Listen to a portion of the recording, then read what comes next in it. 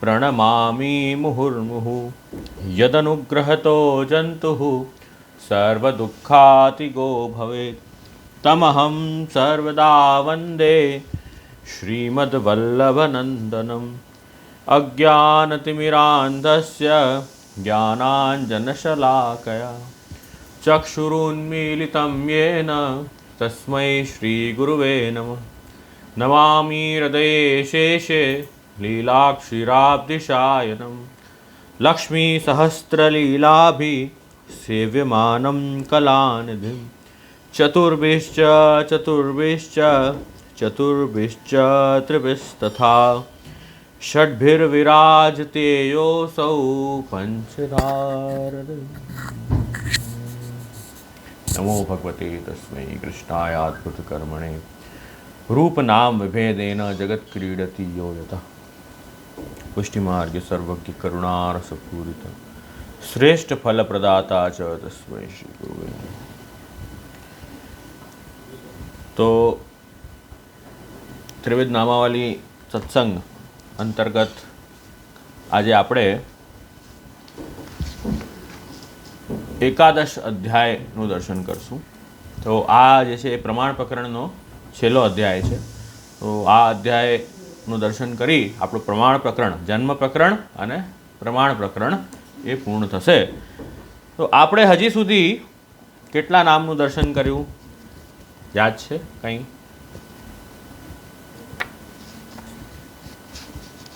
બાકી બધા આશીર્વાદ? હા, સર્વાય નમઃ, બરાબર, બહુ સરસ, બરાબર, બહુ સરસ। તો હું એવું માનું છું અને મને એવી અપેક્ષા છે કે આપ બધા પાસે ત્રિવિધ નામાવલી સામે બિરાજતી હશે, જેનાથી શું આપણે સત્સંગ કરી રહ્યા છીએ એ એ બધાને સ્મરણ રહેશે। કેમ કે ખાલી બેસીને શ્રવણ કરશો તો એ બધું શ્રવણ થશે, થોડું ઘણું પ્રાપ્ત થશે, થોડું ઘણું બધું વયું જશે। તો ત્રિવિધ નામાવલી સામે રાખશો તો જરા સારી રીતે સમજ પડશે, બરાબર। હવે આપણે ગયા અધ્યાયમાં એટલે 10મા અધ્યાયમાં આપણે એ દર્શન કર્યું કે મનુષ્ય કોઈ પણ કાર્ય કરે કે જીવ કોઈ પણ કાર્ય કરે તો કાર્ય એવી રીતે કરવું કે જે ચિત્તવૃત્તિ છે એ ઠાકુરજીમાં લાગેલી રહે। ઠાકુરજી એ જ શીખવાડી રહ્યા છે। ઠાકુરજીએ અહીંયા યશોદાજી જ્યારે દધિમંથન કરી રહ્યા હતા ત્યારે ઠાકુરજીએ જઈને એ દધિમંથન રોકીને ઠાકુરજીએ શું આજ્ઞા કરી કે મને ભૂખ લાગી છે। તો એ કાર્ય ઠાકુરજીએ લૌકિક ભાવનાથી એ કાર્ય કરી રહ્યા હતા, તો એ ઠાકુરજીએ છોડાવ્યો અને એ છોડાવીને અને ઠાકુરજી પોતામાં યશોદાજીનું મન જે છે એ કેન્દ્રિત કરાવ્યું, ઠાકુરજી પકડી। પછી દૂધ પીતા ઠાકુરજી જ્યારે દૂધ પી રહ્યા છે એટલામાં ત્યાં રસોડામાં જે દુગ્ધ રાખ્યું હતું એ ઉફાન આવી રહ્યું હતું દૂધમાં, બરાબર। તો એટલે તરત જ ઠાકુરજીને બાજુમાં મૂકીને, અતૃપ્ત ઠાકુરજીને બાજુમાં મૂકીને, પરિશ્રમ આપીને તરત જ ત્યાં રસોડામાં દોડ્યા। તો એ સ્થિતિ ઠાકુરજીને ગમી નહીં। તો અહીંયા પ્રભુએ એ જ આજ્ઞા કરી કે કોઈ પણ કાર્ય કરો એ પ્રભુમાં મન રાખીને કરો, ભગવત સેવા ઠાકુરજીમાં મન રાખીને કરશો તો એ ઠાકુરજીને ગમશે। ઠાકુરજીને ભૂલીને લૌકિક કાર્ય કરશો, ઠાકુરજીને પરિશ્રમ આપીને લૌકિક કાર્ય આપણે કરીએ એ ઠાકુરજીને નથી ગમતું। એ અહીં આપણે લાસ્ટ ટાઈમ દર્શન કર્યું હતું। અને બીજી વાત આપણે દર્શન કરી હતી કે ઠાકુરજી જે છે એ કેવલ ને કેવલ એ કેવી રીતે બંધાઈ જાય છે? તો ઠાકુરજી કેવલ એ શરણ અને સમર્પણ દ્વારા એનાથી જ બંધાય। નિસ્સાધનતાની ભાવના, પ્રેમ, શરણ, સમર્પણ દ્વારા ઠાકોરજી બંધાય છે, અન્યત્ર ઠાકોરજી બંધાઈ શકતા નથી। આ દુનિયામાં બંધન એ પ્રભુને નથી થતો, ઠાકોરજીને કોઈ બાંધી શકે એમ છે નહીં, બરાબર। કેમ કે ઠાકોરજી તો સર્વ છે, સર્વાય એ પ્રભુ છે। એ કેવી રીતે બંધાઈ જશે? એ તો સર્વેશ્વર છે, એ પ્રભુ કેવી રીતે બંધાશે? તો એ બંધાઈ ન શકે। અને અગર બંધાઈ રહ્યા છે તો એ શ્રી મહાપ્રભુજીની કૃપા છે, શ્રી મહાપ્રભુજીની કાની છે। એટલે શરણ અને સમર્પણ દ્વારા એ ઠાકોરજી બંધાઈને આપણી સેવાનો અંગીકાર કરી રહ્યા છે, નહીં તો એ પ્રભુ નહીં બંધાય। એટલે અહીંયા બહુ સુંદર વાત એક શ્રી મહાપ્રભુજીએ આજ્ઞા કરી કે વાક શ્રોત્રે કરો ચિત્તમ શિરઃ ચક્ષુષ તથૈવ ચ ષડેતે ભગવત કાર્યદી અસક્તા કૃતાર્થા. તો જે જીવો વાણી, કાન, હાથ, ચિત્ત, મસ્તક, નેત્ર આ બધા 6 અંગો દ્વારા જે છે એ ઠાકોરજીના સેવામાં લગાડે છે, એ જીવો જે છે એમનું જીવન જે છે એ સફળ છે, એ કૃતાર્થ છે એ જીવો. એમ શ્રી મહાપ્રભુજી આજ્ઞા કરે છે કે આ બધા જે આપણી ઇન્દ્રિયો જે છે વાક શ્રોત્રે કરો ચિત્તમ શરીર ચક્ષુષ તથૈવ ચ આ બધા જે છે એ ષડેતી ભગવત કાર્ય, આ 6 ભગવત કાર્યે યદિ સક્તા તે કૃતાર્થા. એ જીવો જે છે એ કૃતાર્થ છે, કૃતાર્થ થઈ જશે. તો અહીં આજ્ઞા કરી એટલે મૂળમાં આપણે કોઈ પણ કાર્ય કરીએ વ્યાવૃત્તોપી હરૌ ચિત્તમ શ્રવણાદૌ નિતે સદા. ભક્તિવર્ધિનીમાં આજ્ઞા કરી કે એમ તો જીવે એવા કોઈ પણ કાર્ય ન કરવા જોઈએ કે જેનાથી ભગવત સેવામાં પ્રતિબંધ થતો હોય કે અડચણ આવતી હોય ભગવત સેવામાં. અવ્યાવૃત્તો ભજેત કૃષ્ણમ પૂજયા શ્રવણાદિ. એવી રીતે કરો ભગવત સેવા, એવી રીતે કરવી કે જેમાં ભગવત સેવામાં પ્રતિબંધક વસ્તુઓ જે છે એ આપણે છોડી દઈએ, એ રીતે ભગવત સેવા કરવી. પણ હવે અગર એ રીતે ભગવત સેવા આપણે નથી કરી શકતા અને એવા એક્ટિવિટી આપણે કરીએ છીએ કે જેનાથી સેવામાં પ્રતિબંધ આવે છે, એવી અગર આપણે એક્ટિવિટીઓ કરીએ છીએ તો પછી શું કરવું આપણે? વ્યાવૃત્તોપી હરૌ ચિત્તમ શ્રવણાદૌ નિતે સદા. તો એવી રીતે કરીએ કે હરિમાં ચિત્ત રાખીને કરીએ. જેમ નારાયણદાસની વાર્તા આવે છે. નારાયણદાસે શું કર્યું કે એ જ્યારે નોકરી પર જતા, જ્યારે જોબ પર જતા, તો હવે શું થતું કે ઠાકોરજીનું સ્મરણ ભૂલાઈ જતું, કેમ કે એ નોકરીમાં એટલા વ્યસ્ત થઈ જતા કે ઠાકોરજીનું સ્મરણ જ ભૂલાઈ જતું. હવે એમને બહુ રિયલાઇઝ થયું કે આ તો બહુ ખોટું થઈ રહ્યું છે. આવી રીતે હું અગર ઠાકોરજીનું સ્મરણ ભૂલી જાઉં તો આ કેવી રીતે ચાલશે? આમ તો નહીં ચાલે. એટલે પછી નારાયણદાસે શું કર્યું? એક પગાર આપીને માણસ રાખ્યો. એનું શું કામ? એનું એટલું જ કામ કે થોડી વારમાં યાદ દેવડાવવું કે ભૈયાજી ગોકુલ કબ ચલોગે, भैयाजी गोकुल कब चलोगे, श्री आचार्य जी के दर्शन को कब चलोगे, श्री यमुना जी को पान कब करोगे, श्रीनाथ जी के सन्मुख कब होगे, भैयाजी गोकुल कब चलोगे. આટલું યાદ આપે. થોડાક સમયમાં આટલું યાદ આપે, તરત જ શ્રી આચાર્યજી મહાપ્રભુજીનું સ્મરણ થઈ આવે, મહાપ્રભુજીનું સ્મરણ થઈ આવે, ઠાકોરજીનું સ્મરણ થઈ આવે, યમુનાજીનું, તરત જ એ લીલામાં મગ્ન થઈ જતો. વ્યાવૃત્તોપી હરૌ ચિત્તમ શરણાદૌ યતે સદા. એ વ્યાવૃત્તિમાં પણ હરિમાં ચિત્ત રાખીને વ્યાવૃત્તિ કરવી. અને મૂળમાં બધા કાર્યનું સાર શું છે? બધા કાર્યનું સાર શું છે કે હું જે પણ કાંઈ પ્રવૃત્તિ કરું છું, જે પણ કાંઈ કરી રહી છું, એ બધાનું સાર એ જ છે ભગવદ સેવા માટે. એ રીતે કરીએ તો એ જે આપણી ઇન્દ્રિય છે એ દોષરૂપ નહીં થાય. એ કેવી રીતે? જેમ આપણે જોઈએ કે ઘણા લોકોની કામ, નોકરી, જોબ જે હોય છે એ કેવી રીતે હોય છે કે બહુ બહારગામ પણ જવું પડે, બહુ બહારગામ, મહિનામાં 15-17 દિવસ બહારગામ જવું પડે, બરાબર?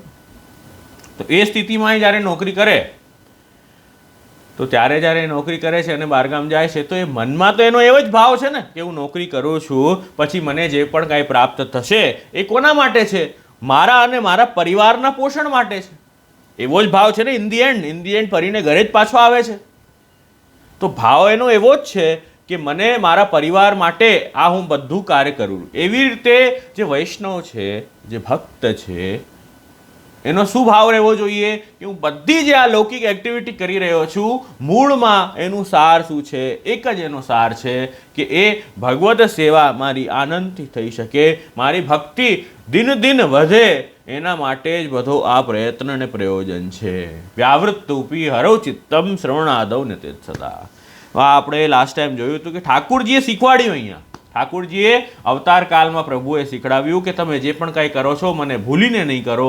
અને હવે અનવતાર કાળમાં શ્રી વલ્લભે આજ્ઞા કરી, જે રીતે ત્યારે અવતાર કાળમાં પ્રભુએ શીખડાવ્યું એવી રીતે હવે વલ્લભ પ્રગટ થઈને અનવતાર કાળમાં આપણને ઉપદેશ રૂપથી એ શીખવાડી રહ્યા છે જીવને મહાપ્રભુજી. તો આપણે એનું દર્શન પણ કર્યું હતું. અને શાસ્ત્રમાં છે ને પ્રાતઃકાલ ગુણગાનનું બહુ મહત્વ છે. એટલે દધી મંથનનો સમય જે છે એ પ્રાતઃકાલનો છે. એ દધિમંથનનો સમય જે છે એ પ્રાતઃકાલનો સમય છે. તો એ ભગવત ગુણગાન યશોદાજી કરતા જ હતા. દધિમંથન કરતાં કરતાં ઠાકુરજીની લીલાઓનું સ્મરણ અને ભગવત ગુણગાન એ યશોદાજી કરી જ રહ્યા હતા. તો એ શાસ્ત્રો એમ કહે છે કે પ્રાતઃકાલ ઉઠીને સવારે જે ભગવાનનું ગુણગાન કરે તો એનામાં આધિદેવિક ક્રિયા ઉત્પન્ન થવાના કારણે શું થાય? ઠાકુરજીમાં મન જે છે એ તરત લાગી જશે, ભગવાન હૃદયમાં પ્રવેશ કરશે, એમ શાસ્ત્રો આજ્ઞા કરે છે. તો સવારે ભગવદ નામ લેવાનું બહુ મહાત્મ્ય છે. બાકી તો આપણે બધો દર્શન ઘણો વિસ્તારમાં કર્યો જ હતો. તો આ બે વાત મને થોડી યાદ દેવડાવી હતી કે મૂળમાં એ અધ્યાયનો શું સાર હતો એ આપણે દર્શન કર્યો. હવે આપણે નેક્સ્ટ અધ્યાય તરફ આગળ વધીએ, જે 68મું નામ પણ છે આપણું. તો અધ્યાય જે છે, તમારી પાસે ભાગવતજી હોય તો તમે અવશ્ય સામે રાખી શકો છો. અને તમને એક વાત કહું કે ઘણા લોકો એમ કહે કે ભાગવતજી બહુ કઠિન અને એટલો સમજ નથી પડતી.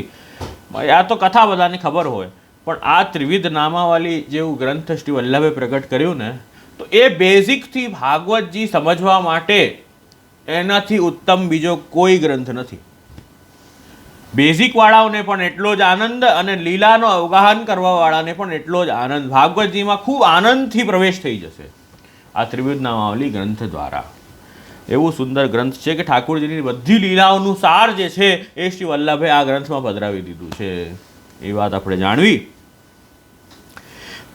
હવે શ્રી સુખદેવજી આજ્ઞા કરી રહ્યા છે કે આ રીતે જ્યારે ભગવાને એ બંને જે વૃક્ષો છે એને તોડ્યા, ઉખલ વચ્ચે નાખીને તોડ્યા, અને બે એમાંથી દિવ્ય દેવતા પુરુષો બહાર નીકળ્યા અને એમણે ઠાકોરજીની સ્તુતિ ઇત્યાદિ કરી. એ બધો વર્ણન આપણે ગયા અધ્યાયમાં જોયો. એના પછી સુખદેવજી આજ્ઞા કરે છે, ગોપાનંદાદય શ્રુત્વા ધ્રુમયો પતતો રવમ. હવે સુખદેવજી આજ્ઞા કરે છે કે આ રીતે ઘણો જોરથી જ્યારે અવાજ થયો બંને વૃક્ષો પડવાનો, ઘણો જોરથી જ્યારે અવાજ થયો અને વૃક્ષો બંને પડી ગયા, તે સમયે નંદરાયજી અને બધા ગોપોએ પણ એ અવાજ સાંભળ્યું. એ અવાજ જ્યારે સાંભળ્યું તો એમના મનમાં શંકા થઈ કે અરે આ શું થયું? અચાનક આટલો જોરનો કડાકો થયો છે, તો એ શું થયું? કંઈ વીજળી પડી કે શું થયું? તો એમણે આ રીતે જોયું અને તરત દોડ્યા અને ત્યાં પહોંચીને એમણે જોયું કે બે મોટા મોટા અર્જુનના વૃક્ષો છે એ પડી ગયા છે. બે મોટા મોટા અર્જુનના વૃક્ષો પડી ગયા છે અને ભગવાન જે છે એ ત્યાં જ બિરાજી રહ્યા છે અને ઉખલથી એ ધીમે ધીમે રસ્સો ઉખલમાં બાંધેલું હતું, તો ધીમે ધીમે રસ્સાથી એ ઉખલને ખેંચી રહ્યા છે. તો એમને સમજમાં ના આવ્યું કે આ થઈ શું રહ્યું છે. ઠાકોરજી રસ્સીથી બંધાયેલા છે, ઉખલ એમાં બંધાયેલો છે, ઠાકોરજી એને ખેંચી રહ્યા છે, બે મોટા મોટા વૃક્ષો જમીન પર પડેલા છે. કાંઈ સમજમાં ના આવ્યું. એ કાંઈ સમજ્યા નહીં કે આ કોનું કામ છે, આ કોણે કર્યું છે, કાંઈ સમજમાં નહીં આવી. આ આશ્ચર્યજનક આવી દુર્ઘટના કેવી રીતે થઈ એ લોકોને જરાય સમજ ન પડી અને બુદ્ધિ એમની ભ્રમિત થઈ ગઈ. આવો વર્ણન પહેલાં ત્રણ શ્લોકોમાં છે. મૂળમાં તો વાત એ જ છે કે ઠાકુરજી ત્યાં બિરાજી રહ્યા છે અને કારણ તો સ્પષ્ટ જ હતું કે પ્રભુ ત્યાં બિરાજવાના કારણે આ ઠાકુરજીની લીલા છે, પણ હજી ધીમે ધીમે એ વાત જે છે એ દ્રઢ નથી થઈ રહી. એટલે અમુકને છે ને શંકા થઈ ગઈ, અમુકને સંદેહ થયું કે આ શું થઈ રહ્યું છે. આ વિશ્વાસ ન કરી શક્યા અને અમુકને જે છે ને એ લાગ્યું કે ના કંઈક બીજું કંઈક છે. આ ઠાકુરજી પછી ત્યાં અમુક બાળકો રમી રહ્યા હતા, બચ્ચાઓ અમુક ત્યાં રમી રહ્યા હતા. એમનાથી પૂછ્યું તો એમણે કીધું અરે આ તો કાનુડાએ કર્યું છે, આ વૃક્ષો કોણે પડાવ્યા? તો એમણે કીધું આ તો અમારા કાનાએ પડાવ્યા છે. તો કેવી રીતે પડાવ્યા? કે બંને વૃક્ષોના વચ્ચેથી નીકળી ગયા, ઉખલ એમાં ફસાઈ ગયું, ઉખલ ફસાઈ ગયું, આડું થઈ ગયું. તો કાનાએ થોડુંક હજી એક કદમ આગળ લીધું તો બંને વૃક્ષો પડી ગયા. એમ એ બાળકોએ સમજાવ્યું. આવું સમજાવ્યું અને પછી એમ કીધું કે એ વૃક્ષો પડવા પછી અમે બે પુરુષોને એમાંથી નીકળતા જોયા. બે પુરુષો નીકળતા જોયા, ભગવાનને કાનુડાને હાથ જોડ્યા, બહુ વાર ઊભા હતા અને પછી એ લોકો પછી ગાયબ થઈ ગયા બધા. એ બધું એક્સપ્લેનેશન જે છે એ લોકોએ આપ્યું. બધા જે બચ્ચાઓ છે એ લોકોએ બધું એક્સપ્લેનેશન આપ્યું. હવે આ વાત તો બધા ગોપોએ માની નહીં કે આ બચ્ચાઓ કાંઈ પણ બોલે છે, આ લોકોને કંઈ ખબર પડતી નથી. અને અમુક જે લોકો હતા એમને ઠાકોરજીની જે પુરાની જે જૂની લીલાઓ ઠાકોરજી હમણાં કરી છે, થોડા દિવસ પહેલાં જ કરી છે, એ લીલાઓનું સ્મરણ થયો અને એમણે લાગ્યું કે ના, કાંઈક સાચું તો હોઈ શકે. કેમ કે ઠાકોરજી હવે ધીમે ધીમે પોતાનું મહાત્મ્ય પણ દ્રઢ કરી રહ્યા છે. પ્રમાણ પ્રકરણ છે ને, તો ઠાકોરજી પોતાનું મહાત્મ્ય દ્રઢ કરી રહ્યા છે. તો એ મહાત્મ્ય દ્રઢ કરી પછી ઠાકોરજી જે છે બધા જે ગોપ સખાઓ ઠાકોરજીને દર્શન કર્યા. અમુકને હતું કે ના, ઠાકોરજીએ જ કર્યું હશે. અને એ સમયમાં ત્યારે નંદરાયજીએ ઠાકોરજીને જોયું અને એમના જે પ્રાણોથી પ્યારો એ જે કનૈયા છે એ રસ્સીથી બંધાયેલું છે. તરત જ ત્યાં નંદરાયજી દોડ્યા અને હસવા લાગ્યા. હસીને એ ઠાકોરજીને એ રસ્સીથી છોડાવી દીધા. રસ્સીની જે ગાંઠ છે એ ખોલી દીધી. અલુખલમ વિકર્ષંત દામના બદ્ધમ સ્વમાત્મજમ. હવે અહીંયા શું કહી રહ્યા છે? જે આપણું નામ છે 68મું નામ આ 6ઠ્ઠા શ્લોકમાં આવશે. શું નામ છે? આજ્ઞા કરે છે, અતઃ પરમ નંદસ્યાપી નિરોધ કર્તવ્ય ઇતિ સ્વયમેવ તથા પ્રેરકો જાત ઇતિ બંધન મુક્તિ તેનેતિ તત્સૂચકમ નામ આહુ.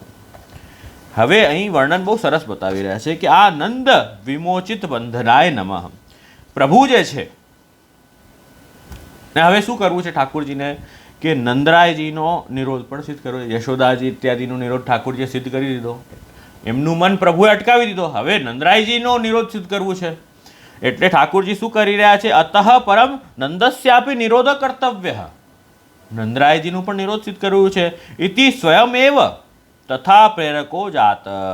એટલે પોતે નંદરાયજી એવો વિચાર, એવી પ્રેરણા નંદરાયજીને ઠાકોરજીએ કરી કે દોડ્યા અને ઠાકોરજીને બંધનથી છોડાવ્યા.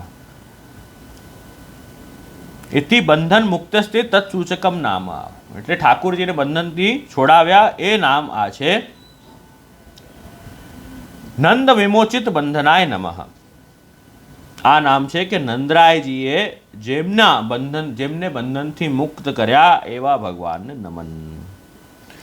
હવે બહુ સુંદર વાત કરી રહ્યા છે અહીંયા કે નંદેન વિમોચિતમ બંધનમ યસ્ય તાદૃશાય કેનેદમ કૃતમ કસ્યેદમ કર્મેતિ પશ્ચાતાપેન શીઘ્રમ બંધન મોચનમ કૃતમ યત વિપરીતમ કૃતમ. હવે અહીં બહુ સારી વાત કરી રહ્યા છે કે બંધન કોને? ભગવાનને કોઈ બંધન છે? ભગવાનને બંધનથી મુક્ત કરવાવાળા, ભગવાનને બંધનથી મુક્ત નંદરાયજી કર્યા. અહીં કહી રહ્યા છે ભગવાનને બંધન નથી. ભગવાનને કેવો બંધન હોય? તો ભગવાનને કોઈ બંધન નથી. અને પાછો નંદરાયજીએ જ્યારે જોયા, ભગવાનને જોયા કે અરે, મારા કાનુડાને કોને બાંધી દીધો, તો તરત જ એમને પશ્ચાતાપ થયો, એમને દુઃખ થયો. અહીંયા નંદરાયજીને દુઃખ થયો કે કોણે બાંધ્યા, કેવી રીતે બાંધ્યા, ક્યારે બાંધ્યા, એમને ખ્યાલ નહોતો. તો એ જોઈને પણ એમને દુઃખ થયો. તો એ પણ એમણે છોડાવ્યો. અને બીજી વાત હતી, ભગવાનને કોણ બાંધી શકે? ભગવાનને કોઈ બાંધી ન શકે.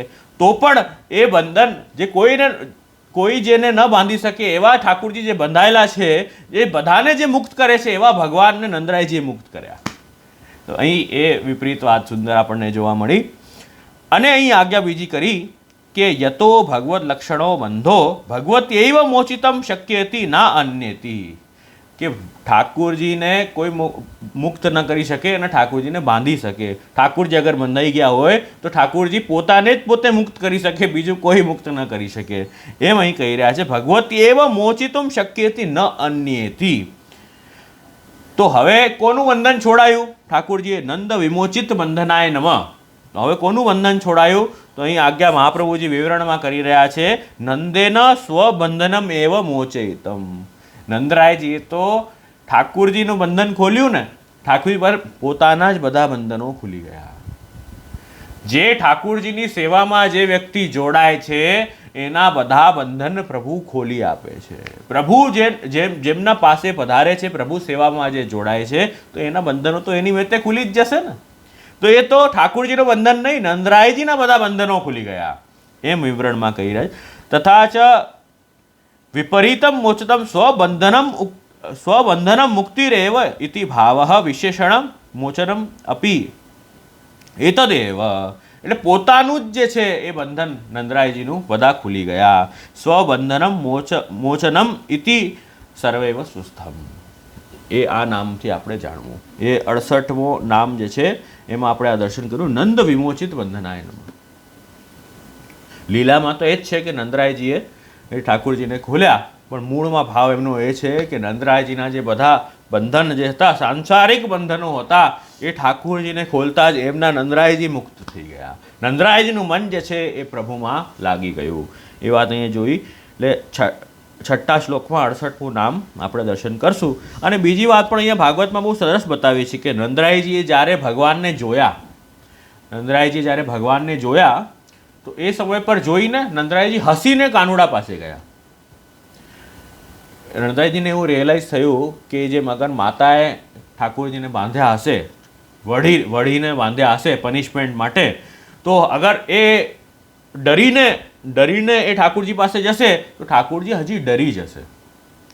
આસપાસનું દ્રશ્ય તો એવું જ છે ને, બંને જે મોટા મોટા ઝાડ છે પડી ગયા છે, બંને ઝાડો પડી ગયા છે અને ઠાકોરજી ઉખલથી બંધાયેલા વચ્ચે બિરાજી રહ્યા છે. તો હવે આવું કોઈ જોવે, પિતા કોઈ આવું જોવે, એમને એવું લાગે ને કે કંઈ મારા પુત્રને કંઈ હર્ટ ન થઈ જાય, કંઈ વાગી ન જાય, એવો ભાવ લાગે. તો તરત જ ડરીને દોડે એમના પાસે, દોડતા જાય તો એ કાનુડો હજી ડરી જશે કે હજી મમ્મીએ તો મને હજી માર્યો છે, પકડીને બાંધી દીધો છે, હવે કંઈ પપ્પા આવીને હેરાન ન કરે, બીજો મારે વળે નહીં, એમ તો હજી ડરી જાય, રડવા લાગી જાય કાનું. એટલે નંદરાયજી તો હસતા જેમ કાંઈ થયું જ નથી એ રીતે કાનુડા પાસે જઈને અને એમને રસ્સીથી મુક્ત કરીને પોતાની ગોદીમાં લઈ લીધા. એવું વર્ણન અહીંયા ભાગવતજીમાં છે. તો આ નામનું આપણે દર્શન કર્યું. હવે એ રીતે જ ઠાકોરજી અલગ અલગ ગોકુલમાં લીલાઓ કરી રહ્યા છે. 6 શ્લોકોનું દર્શન કર્યું. થોડા વૈષ્ણવો કેમેરા પણ ચાલુ કરે તો થોડું આનંદ થશે. તો હવે 7મા શ્લોકમાં કહી રહ્યા છે ગોકુલમાં અલગ અલગ લીલાઓ પ્રભુ કરી રહ્યા છે. તો એ સર્વશક્તિમાન ભગવાન કોઈક વાર ગોપીઓ જ્યારે આવે રમાડવા તો ગોપીઓ ઠાકોરજીને ફૂસલાવીને અલગ અલગ વાતો કરીને મીઠી વાતો કરે. ઠાકોરજી કાનુડાને મનાવી લે કે કાનુડો નૃત્ય કરે કાનુડો ગોપીઓ માટે. ત્યારે તોતલી ભાષામાં અલગ અલગ વાતો કરે, અલગ અલગ કંઈક લોકગીત હોય એ સંભળાવવાનું, કે એ ગોપી ગાઈને બતાવે તો એ કાનુડો ગાઈને બતાવે. એવી રીતે અલગ અલગ જે છે એ બાલ લીલાઓ કરી રહ્યા છે. અને જે રીતે કે એવી જેમ કઠપુતલી હોય ને, કઠપુતલીને જેમ આપણે ચાહીએ એમ એ એક્ટ કરે, વર્તાવ કરે, નૃત્ય કરે, ગાન કરે, એ રીતે એ ગોપીઓ માટે એ આપણા જે કાનુડા જે છે એ કઠપુતલીવત વર્તન કરવા લાગ્યા. મૂળમાં કહેવાનું વાત છે ભૃત્યવશ્યતામ. એ જે પ્રભુ છે એ પોતાના સેવકના વશ થઈ ગયા. જેમ એ સેવક, જેમ એ ભક્ત ઠાકોરજીને કહે એ રીતે એ ઠાકોરજી વર્તન કરે. એ જ પુષ્ટિ છે, એ જ કૃપા છે. કૃષ્ણાધીના તુ મર્યાદા સ્વાધીના પુષ્ટિરુચ્યતે. જ્યારે એ ભક્ત ભગવાન કૃષ્ણ ભક્તના અધીન થઈ જાય, ભગવાન કૃષ્ણ જ્યારે ભક્તને એને પુષ્ટિ કહેવાય. ભક્તો ભગવાનના અધીન છે તો છે જ. એ તો દુનિયામાં એવું જ હોય ને કે ભગવાન મોટા છે અને જે ભક્ત છે બધા એમના અધીન છે. આ તો દુનિયામાં એવું જ હોય છે.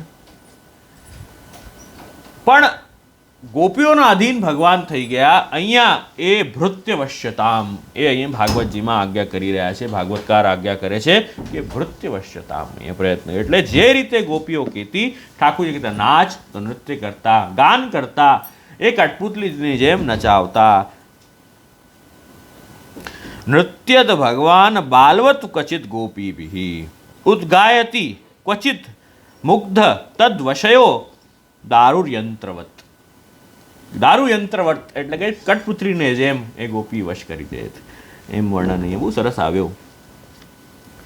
તો અહીંયા ઠાકોરજી એ પોતાની ભક્તવશ્યતા પ્રગટ કરી અને એવી સરસ ઠાકોરજીએ બાલ લીલા કરી જેનાથી વ્રજવાસીઓ અતિશય આનંદયુક્ત થઈ જતા, આનંદિત એ વ્રજવાસીઓ થઈ જતા. અને ભગવાને એ પણ સ્થાપિત કર્યું કે જે મને પ્રેમથી ભજે છે, હું એમના અધીન થઈ જાઉં છું. એ વાત પણ સ્થાપિત કરી. દામોદર લીલામાં પણ એ વાત ઠાકોરજી સ્થાપિત કરી કે હું હંમેશા પ્રેમના વશ છે, પ્રેમથી જ બંધાવું છું. તો આ પ્રથમ 9 શ્લોકમાં આનું દર્શન કર્યું. હવે હજી એક બહુ સરસ વાત અહીં કરી રહ્યા છે કે એક દિવસ છે જે છે એ ફળ વેચવાવાળી એ નંદાલયમાં આવી ફળ વેચવાવાળી, અને આવીને કહેવા લાગી કે ફળ લો, એમ ફળ વેચવાવાળી આવીને કહી ગઈ. તો આ સાંભળતા જ એ ભગવાન કૃષ્ણ જે છે, જે બધાને કર્મનું ઉપાસનાનું ફળ આપવાવાળા, એ ભગવાન જે બધાને ફળ આપે એ તરત જ દોડ્યા ફળ લેવા માટે એ ભક્ત પાસે. એ ગોપી એના પાસે દોડ્યા, ફળ વેચવાવાળી પાસે. બધાને ફળ આપવાવાળા એ આના પાસે ફળ લેવા ગયા. હવે ઠાકોરજી પાસે તો કંઈ હતું નહીં, તો ઠાકોરજીએ તો જે અનાજ હતું, જે અનાજ ઠાકોરજીના નાનકડા હાથમાં જે થોડું ઘણું અનાજ આવ્યું એ ઠાકોરજી એમાં લીધું, હાથમાં ભર્યું, અને ઠાકોરજી દોડવા લાગ્યા ફળ લેવા માટે ફળવાળી પાસે. અને જ્યારે દોડે છે તો રસ્તામાં બધો અનાજ પડી ગયો. રસ્તામાં એ બધો અનાજ પડી ગયો, 2-3 દાણા રહી ગયા. તો ત્યાં જઈને ઠાકોરજીએ કીધું કે મને ફળ આપો. તો એ ઠાકોરજીના દર્શન કરવા માટે જ આવેલી. મૂળમાં તો એ ઠાકોરજીને એવો સુંદર મનોહર સ્વરૂપ જે છે એનો દર્શન કરવા માટે એ ફળ વેચવાવાળી આવેલી હતી. એને કોઈ અપેક્ષા થોડી હતી, પણ ઠાકોરજી પધાર્યા જ્યારે, અને ઠાકોરજીને પ્રેમથી એને પાસે જે હતું, ઠાકોરજીએ એના પાસે ગયા અને કીધું મને ફળ આપ. તો પ્રેમથી એ ફળવાળી પાસે જે પણ કંઈ હતું ઠાકોરજીના હાથમાં મૂકી દીધું. ફળોથી ઠાકોરજીના હાથ ભરી દીધા એ ફળવાળીએ. એના હવે શું થયું? ફલેદ પૂરયદ રત્ને ફલ ભાંડમ પૂરી ચ. હવે અહીં કહી રહ્યા છે તો એ ફળ વેચવાવાળી એ વગર અપેક્ષાએ ઠાકોરજીને અર્પણ, જે એના પાસે હતું એ પ્રેમથી અર્પણ કર્યું. તો એ ઠાકોરજીએ એની સેવા સ્વીકારી. ઠાકોરજીએ એની સેવા પ્રેમથી સ્વીકારી, અને એની જે ફળ જેમાં રાખે છે, મોટી જે ટોકરી હતી એ રત્નોથી ભરાઈ ગઈ. તો અહીં કહેવાની વાત એ છે કે પ્રભુ એવા કૃપાળુ, એવા દયાળુ છે કે એમના પાસે જે વ્યક્તિ વગર અપેક્ષાએ પ્રેમથી કેવલ પ્રભુના દર્શન કરવા માટે જ જે વ્યક્તિ જાય છે, એની ઠાકોરજી અપેક્ષાઓ કરતાં વધારે બધી અપેક્ષા અને વધારે ફલદાન ઠાકોરજી કરી આપે છે. અને જે બધી ખોટી ઈચ્છાઓ લઈને, જેનાથી સંસાર વધે એવી ઈચ્છાઓ લઈને પ્રભુ પાસે આપણે જઈએ તો ઠાકોરજી કહે છે કે એવી વિકારી ઈચ્છાઓ હું પૂરી નથી કરતો, કે જેનાથી પ્રભુને ભૂલીને તમે વધારે સંસારમાં પડો. એવી ઈચ્છાઓ ઠાકોરજી કે એવી ઈચ્છાઓ પૂરી નહીં કરું. ઈચ્છા એવી જ પૂરી કરીશ જેનાથી ભગવદ સંબંધ તમારામાં વધે. એમ આજ્ઞા અહીં આપણે એ વાત અહીં જોઈ શકીએ. તો ઠાકોરજી એવા કૃપાળુ છે કે વગર કોઈ અપેક્ષા એ ફલવાળી ઠાકોરજી પાસે ગઈ તો ઠાકોરજીએ આખી ટોકરી રત્નથી ભરી દીધી એ ફલવાળી. એવા પ્રભુ કૃપાળુ. હવે એક દિવસનો પ્રસંગ હજી એક આવે છે.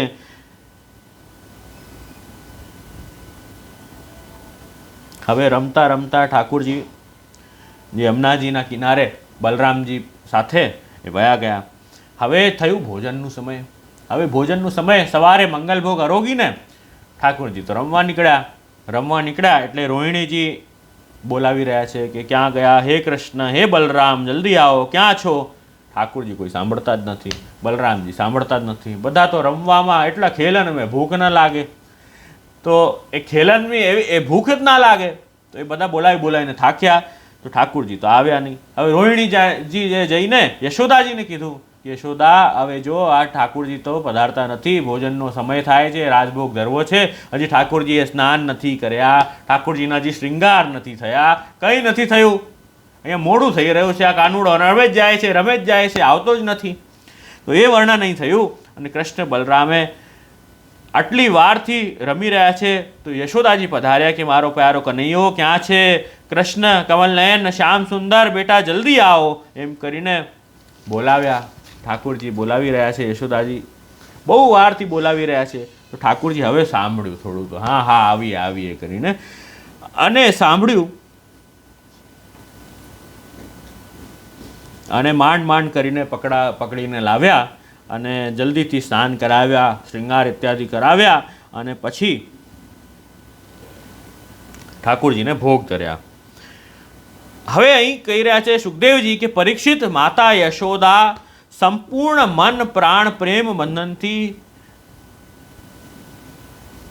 એ ઠાકુરજીથી મન પ્રાણ બધા બંધાઈ ગયા. નિત્ય સેવા કરીને, મૂળ વાત એ છે કે જે વ્યક્તિ ઠાકુરજીની નિત્ય સેવા કરે છે, તમારથી જે સ્થાન પર સેવા થાય એ સ્થાને તમે ઠાકુરજી પોતાના નિવાસ સ્થાન પર પધરાવી શકો, ત્યાં જ નિત્ય સેવા કરો. તમે ગુરુ ઘરે જઈને ઠાકુરજીની સેવા કરી શકો છો. જે તમને સેવા ગુરુ બતાવે એ પ્રકારે તમે એ સેવા કરો છો, ત્યાં સેવા કરો. કોઈ નિકટે મંદિર હોય, તમે ત્યાં જઈને સેવા કરી શકો છો તો ત્યાં જઈને સેવા કરો, પણ નિત્યનો આગ્રહ રાખો, વગર ખાડા પાડે. નિત્ય સત્સંગ અને નિત્ય સેવાનો આગ્રહ રાખો, એનાથી જ જે છે એ મન ઠાકુરજીમાં લાગશે. બધા પ્રકારના ભક્તો આપણને મળે છે. તમે વાર્તા સાહિત્ય જોશો તો બધા પ્રકારના ભક્તો મળશે, જેમણે કેવલ શ્રીજીની સેવા કરીને ઠાકોરજીમાં મન લગાડી દીધું, પણ નિત્ય કરતા હતા. એમ નહીં કે આજે 2 દિવસ જઈ આવ્યા અને 25 દિવસનો ખાડો, એમ નહીં. નિત્ય કરવું પડે. જે પણ કંઈ કરો છો, ઓફિસ નિત્ય જાઓ છો ને, ખાડો ચાલે એમાં? ના ચાલે. ઓફિસ નિત્ય જાઓ છો, જમો છો નિત્ય જમો છો, આ બધી એક્ટિવિટી રોજ કરીએ છીએ આપણે, બરાબર ને? તો એ રીતે જ્યારે આપણે કરશું તો એ ફલ પ્રાપ્ત થાય, નહીં તો નહીં થાય. એવી રીતે સેવા પણ નિત્ય કરવી પડશે. બેનપણીને રોજ ફોન લગાડીએ છીએ કે નહીં, કે શું થયું આજે, લગાડો, રોજ લગાડો છો ફોન, ત્યારે એ સંબંધ દ્રઢ થાય છે. ફોન લગાડીને ફોન પર જ્યારે વાત કરો છો નિત્ય રોજ, ત્યારે સંબંધ દ્રઢ થાય છે. વાત કરવાનું તમે બંધ કરી દેશો તો શું થશે? ધીમે ધીમે એ સંબંધ છે છૂટો થતો જશે. તમે ટચમાં કોન્ટેક્ટમાં નહીં રહો તો શું થશે? એ સંબંધ ધીમે ધીમે છૂટો થઈ જશે.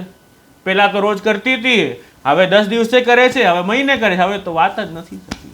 ખબર નહીં ક્યાંક હશે, પૂછી લેજો ક્યાં છે, આવતી હશે, આવે છે એ બધી વ્રજમાં આવે છે કે નહીં ખબર નહીં, પૂછવું પડશે. હવે તો વાત નથી થતી ને. આ જવાબ આપશો. રોજ વાત કરતા હશો શું કહેશો? ના ના આવે છે, મારા સાથે જ ટિકિટ છે. હા ને, રોજ વાત કરતા હશો તો આમ કે મારા સાથે જ ટિકિટ છે. અને હવે સંબંધને ધીમે ધીમે કરીને વાત કરવાનું બંધ થઈ ગયું. ખબર નહીં, હવે ખબર નહીં ટિકિટ કરાવી છે કે નથી કરાવી, આવવાની છે કે નથી આવું થાય. તો મૂળમાં વાત એ છે કે નિત્ય કરવું પડશે. જે રીતે આપણા અષ્ટસખાઓએ શ્રીનાથજીની નિત્ય સેવા કરી, જે રીતે આપણા ભક્તોએ નિત્ય ઠાકુરજીની પોતાના નિવાસ સ્થાનમાં સેવા કરી, જે રીતે બીજા બધા ભક્તોએ 252-84માં નિત્ય ગુરુઘરમાં જઈને શ્રી ગુસાઈજીના મહાપ્રભુજીના ત્યાં જઈને નિત્ય સેવા કરી, એ રીતે કરવું પડશે.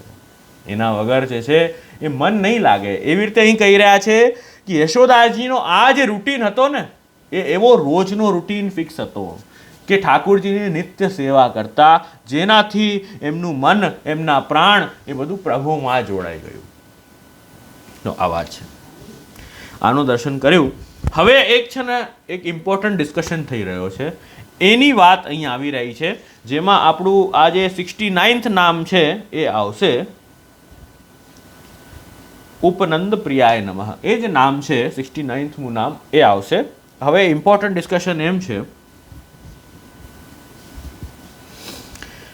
કે મોટા મોટા બધા ગોપ ત્યાંના જે વડીલો હોય એ બધા ભેગા થયા. ગોપ વૃદ્ધાહ મહોત્પાત અનુભૂય ભ્રદ્વને.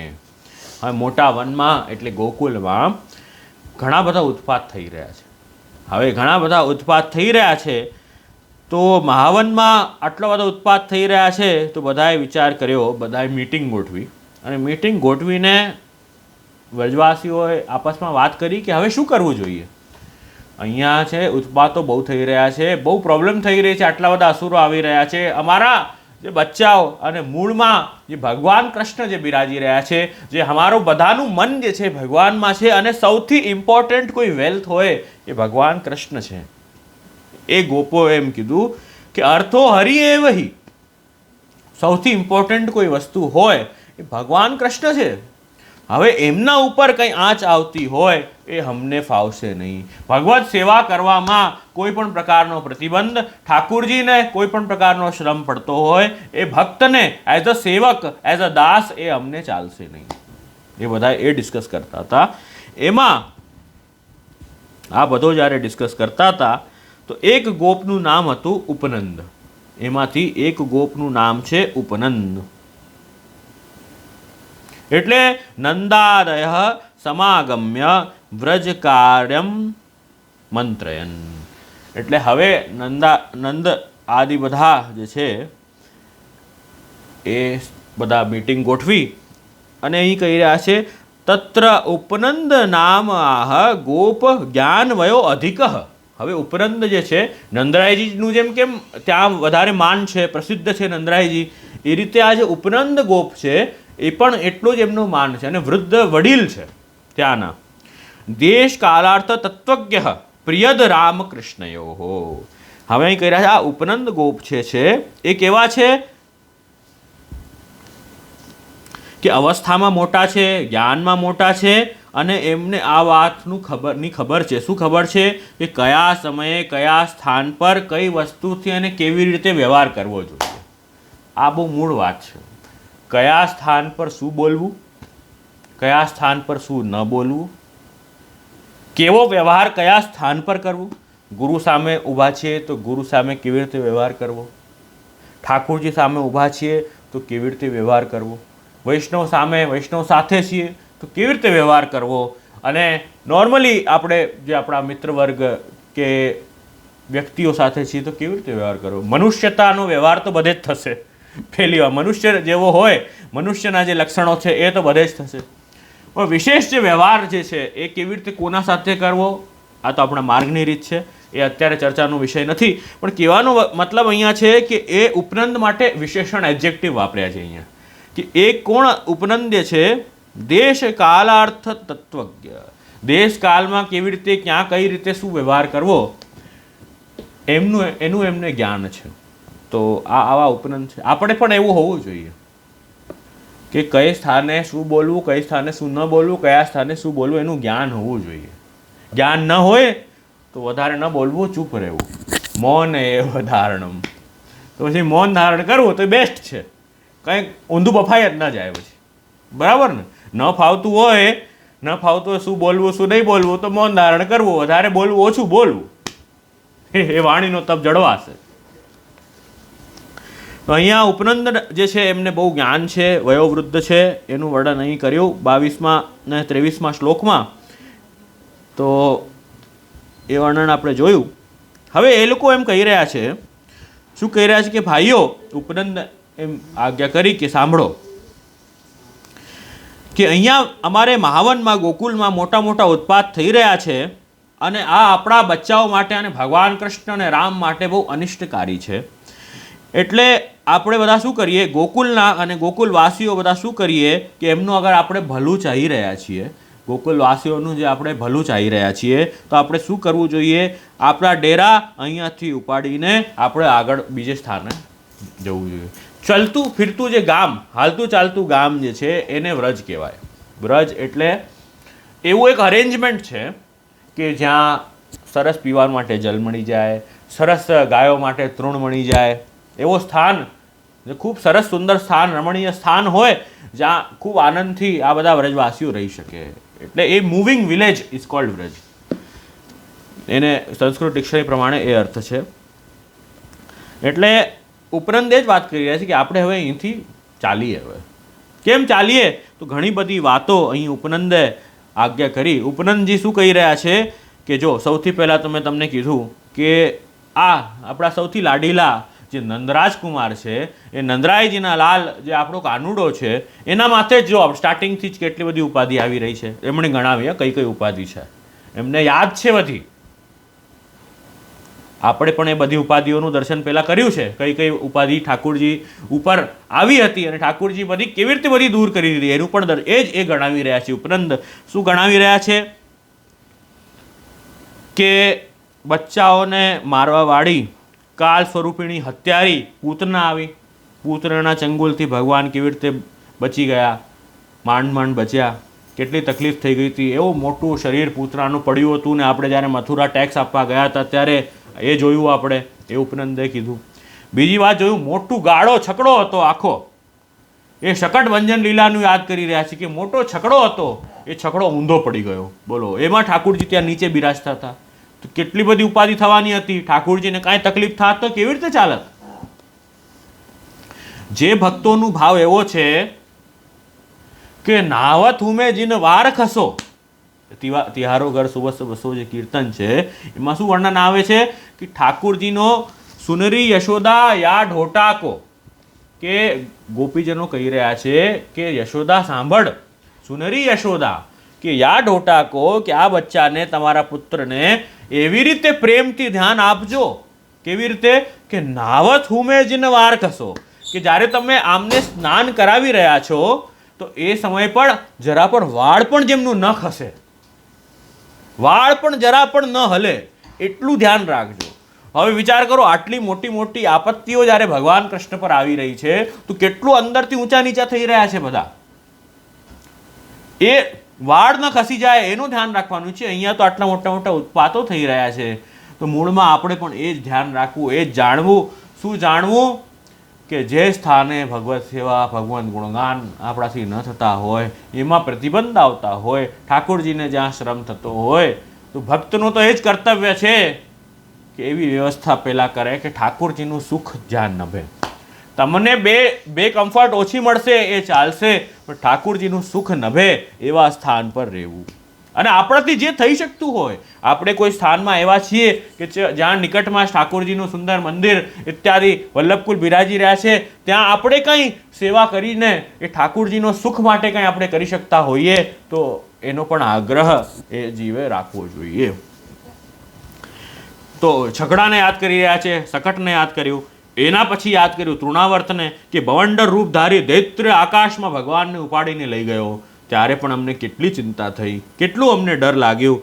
એ 25મા શ્લોકમાં એનું વર્ણન છે. તો અમે પણ બહુ જ દુઃખી થયા.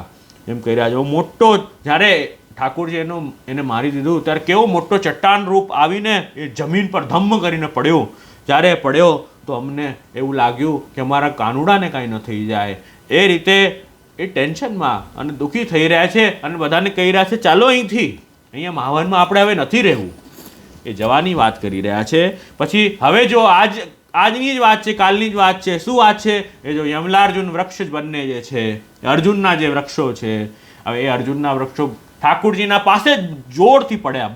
બંને મોટા મોટા થડવાળા જાડા વૃક્ષો છે, એ ઠાકોરજીના પાસે જ આવીને પડ્યા. હવે અમે સમજ્યા કે અહીંયા રહેવા જેવું નથી. એવું જે વર્ણન છે એ ઉપનંદ કરી રહ્યા છે અને બધાને સમજાવી રહ્યા છે કે ચલો અહીંયાથી માવન છોડી આપણે હવે ક્યાં જઈએ? વનમ વૃંદાવનમ નામ પશ્યત્વમ નવકાનનમ. હવે આપણે ક્યાં જઈએ? તો કે છે વૃંદાવન નામનું જે વન છે, જ્યાં નિત્ય શ્રી યમુનાજી બિરાજી રહ્યા છે. સારસ્વત કલ્પના તો વૃંદાવનમાં યમુનાજી બિરાજતા, યમુનાજી, ગિરિરાજજી ઇત્યાદિ સર્વ બિરાજતા.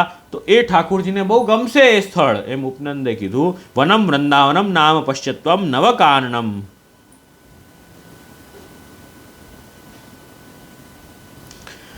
તો ત્યાં આપણે જઈએ. નાના જે વનો છે, નય સરસ વન અને પર્વત, સુંદર પર્વત જે છે પવિત્ર છે, ઘાસ લતાઓ હરીભરી આપણા ગાયો માટે મળી જશે. તો આ બધું સરસ અને બહુ સેવન કરવા યોગ્ય સ્થાન છે આ વૃંદાવન જે છે. ત્યાં આપણે જઈએ. એ 29મા શ્લોક સુધી વર્ણન છે.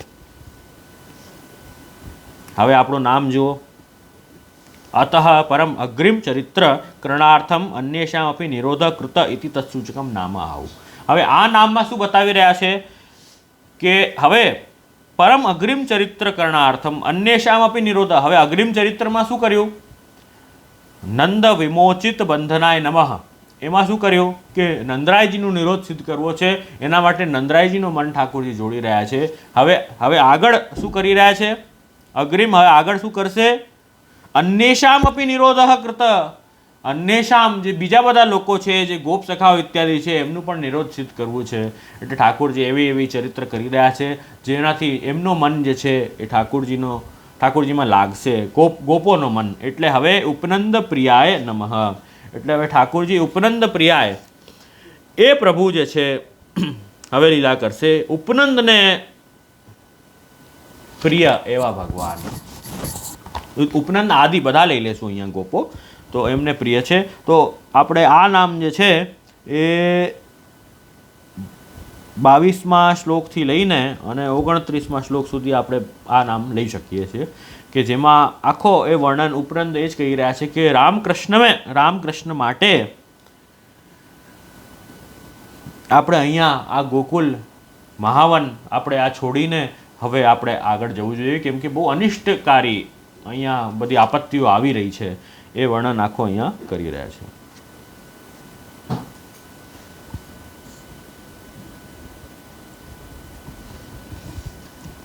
તો આ બધું સાંભળીને, ઉપનંદની વાત આ બધી સાંભળીને તરત જ બધા જ ગોપોએ એક જ સ્વરથી કીધું, સાચી વાત છે, એકદમ બહુ ઠીક હે, બહુ ઠીક હે, બહુ સારી વાત છે, ઠીક વાત છે, એમ કરીને બધાએ તરત જ આ વાતની હામી ભરી. અને તરત જ એમ નહીં કે હા હવે 4-5 દિવસ પછી, તરત જ બધાએ ગાડાઓ ભરવાના શરૂ કર્યા. ઝુંડના ઝુંડ બધી ગાયો ભેગી કરી અને બધા છકડાઓ તૈયાર કર્યા, ઘરની બધી વસ્તુઓ છકડાઓ પર લાદીને અને તરત જ વૃંદાવન માટે યાત્રા કરી રહ્યા છે. અને યાત્રા પણ કેવી રીતે કરી રહ્યા છે એ વાત આપણે જોઈએ. આમાં જ એ યાત્રાનો પ્રકાર બતાવ્યો, કેવી રીતે યાત્રા કરવી જોઈએ. વૃંદાવન તરફ જ્યારે જઈ રહ્યા છે ત્યારે ખૂબ આનંદ પ્રેમથી ઠાકોરજીમાં મન રાખીને ભગવદ નામનું ગુણગાન કરતાં કરતાં એ લોકો આગળ વધી રહ્યા છે. ભગવદ નામનું ગુણગાન કરતાં કરતાં આગળ વધી રહ્યા છે. છકડા પર બેસીને બધા જ્યારે જઈ રહ્યા છે, ગાયો ઇત્યાદિઓને આગળ મૂકીને પાછળ ગાયોને રસ્તો બતાવતા એ લોકો આગળ વધી રહ્યા છે. અને એ જ સમયે બધા લોકો ખૂબ યાત્રા પણ કરવા જઈએ તો ખૂબ તૈયાર થઈને આનંદથી ઉત્સાહપૂર્વક એ આપણે યાત્રા કરવા જઈએ એમ અહીં બતાવી રહ્યા છે. એવી રીતે જ ગોપીઓ પણ છે એ ખૂબ સરસ તૈયાર થઈને, સુંદર સુંદર વસ્ત્ર પહેરીને, ગલામાં પણ સુંદર શૃંગાર હાર ધારણ કરીને રથ પર સવાર થઈ ગઈ અને ખૂબ આનંદથી ભગવાન કૃષ્ણની લીલાઓના ગીત ગાઈ રહી છે. કૃષ્ણ લીલા જગુઃ પ્રીતા નિષ્કંઠય સુવાસસઃ.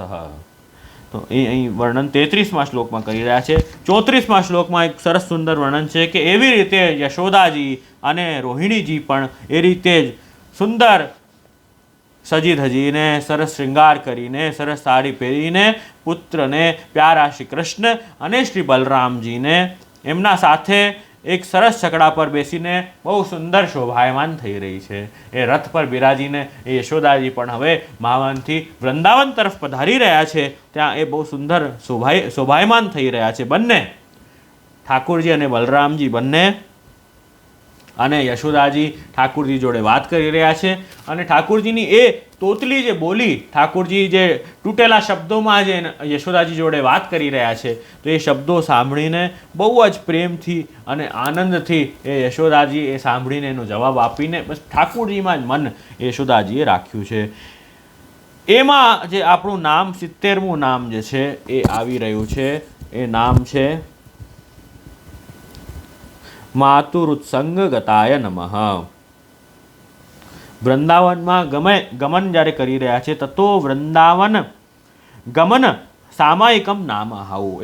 એ વૃંદાવન જ્યારે ગમન કરી રહ્યા છે અને રથ પર જ્યારે યશોદાજી બિરાજી રહ્યા છે, જ્યાં કૃષ્ણ અને બલરામ સાથે બિરાજી રહ્યા છે, ત્યારે એ જે શોભા છે અને ઠાકુરજી ગોદીમાં જે બિરાજી રહ્યા છે બંને માતાઓની, તો માતુરુત્સંગ ગતાય નમઃ. યશોદાજી માતાના ઉત્સંગમાં, યશોદોત્સંગ એ લાલિત એ ભગવાન જે છે, યશોદોત્સંગ લાલિત ભગવાન, એમને નમસ્કાર એમ કહી રહ્યા છે. માતુરુત્સંગ ગતાય નમઃ એ વર્ણન કર્યું એમાં. એટલે તથા યશોદા રોહિણ્યૌ એક શકટમ સ્થિતે રેજતુઃ કૃષ્ણ રામાભ્યામ તત્કથા શ્રવણોત્સુકે. હવે આ વર્ણન અહીંયા 70મા શ્લોકમાં બતાવી રહ્યા છે.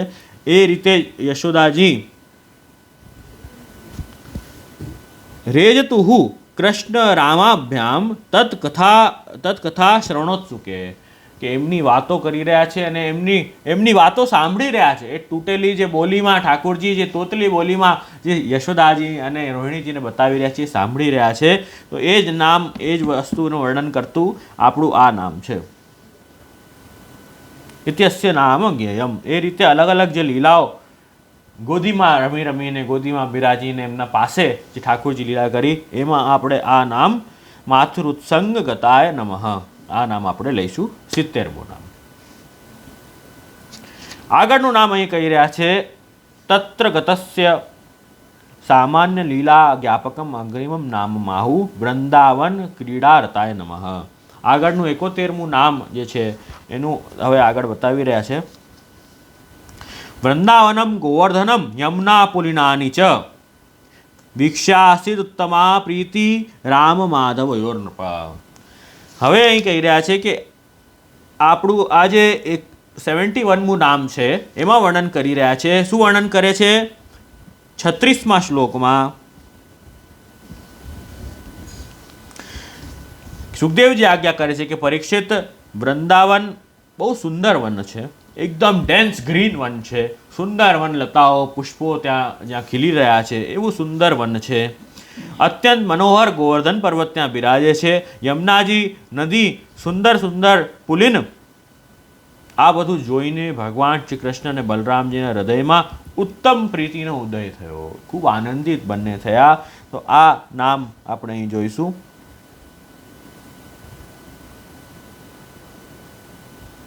તો આ જ સ્થાનમાં ઠાકોરજી હવે બધી લીલાઓ કરશે અને એ જ વૃંદાવનમાં ઠાકોરજીને જે આનંદ થયો એ વૃંદાવનનું દર્શન કરીને એનું વર્ણન અહીંયા આપણે જોવાનું છે. વૃંદાવન ક્રીડા રતાય નમઃ. વૃંદાવનની ક્રીડામાં રત અને આનંદ લેવાવાળા એવા વૃંદાવન બિહારી ભગવાનને વંદન છે. વૃંદાવનમાં જે વિહાર કરવાના છે તો એ અહીંયા છે. ઇદમ તુ વીક્ષાસિત ઉત્તમા પ્રીતિ રામ માધવયોરિહ ઇત્યેદ અર્થ સૂચકમ નામ જ્ઞેય અગ્રે વૃંદાવન ક્રીડાયામ પ્રથમમ વત્સચારણમ કૃતમ ઇતિ તત્ સૂચકમ નામ આવું. એ જ વાત અહીંયા કહી રહ્યા છે. 71મું નામ અહીંયા 36મા શ્લોકમાં લેવાનું છે આપણે. વિક્ષાસિત ઉત્તમા પ્રીતિ રામ માધવયોર નૃપ આ નામ અહીંયા લેવાનું છે. તો વૃંદાવન ક્રીડારતાય નમઃ આ નામનું પણ આપણે દર્શન કર્યું. 71મું નામ છે. કંઈક પૂછવું હોય તો પૂછજો. હું 2 મિનિટ આપીશ, આ 2 નામનું દર્શન કરી લઈએ, પછી 2-5 મિનિટ આપીશ. તમને કાંઈ પ્રશ્ન હોય તો જોશું. આપણે બક વિદારાય નમઃ અહીં સુધી નામોનું દર્શન કરશું. આપણો આ અધ્યાય જે છે એ પૂર્ણ થશે. પ્રમાણ પ્રકરણ જે છે એનું દર્શન પૂર્ણ રીતે આપણે કર્યું. યથામતી જે મારાથી વિવરણ થયું એમાં.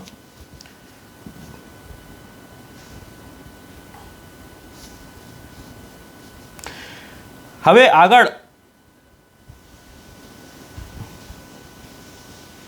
37મા શ્લોકમાં એમ આજ્ઞા કરે છે કે ભગવાન કૃષ્ણ અને બલરામજી બંને જણા આ અત્યંત મધુર બાલોચિત લીલાઓ કરવા લાગ્યા. જે બચ્ચાઓ સુંદર જે રમત રમે એવી રીતે અલગ અલગ પ્રકારની એ રમત રમવા લાગ્યા અને ખૂબ વ્રજવાસીઓને આનંદ આપવા લાગ્યા. વ્રજવાસીઓને ખૂબ આનંદ આપવા લાગ્યા અને થોડા જ સમયમાં, થોડા જ દિવસોમાં હવે ઠાકોરજી અને બલરામજી શું કરવા લાગ્યા? બછડાઓ ચરાવવા લાગ્યા. હજી નાના છે ને. પ્રમાણ પ્રકરણમાં ઠાકોરજી પોતાનું મહાત્મ્ય બતાવ્યું અને પ્રેમ સિદ્ધ કરી રહ્યા છે. તો હજી ઠાકોરજી નાના છે, તો હજી મોટી ગાયો ચરાવવાની પરમિશન ઘરેથી નથી મળી. હજી ઠાકોરજીએ પ્રથમ ગોચારણ ચલેરી કન્હાઈ. તો પ્રથમ ગોચારણ જે છે હમણાં પહેલાં તો નાના નાના બછડાઓથી શરૂ થશે. નાની નાની ગાય ચરાવે, પછી થોડા ઠાકોરજીને એક્સપિરિયન્સ થાય કે ગાયોને કેવી રીતે કંટ્રોલ કરવાની. કંટ્રોલ શું કરવાની, એમ જ કંટ્રોલ છે, એમાં તો કાંઈ કહેવાનું શું હોય.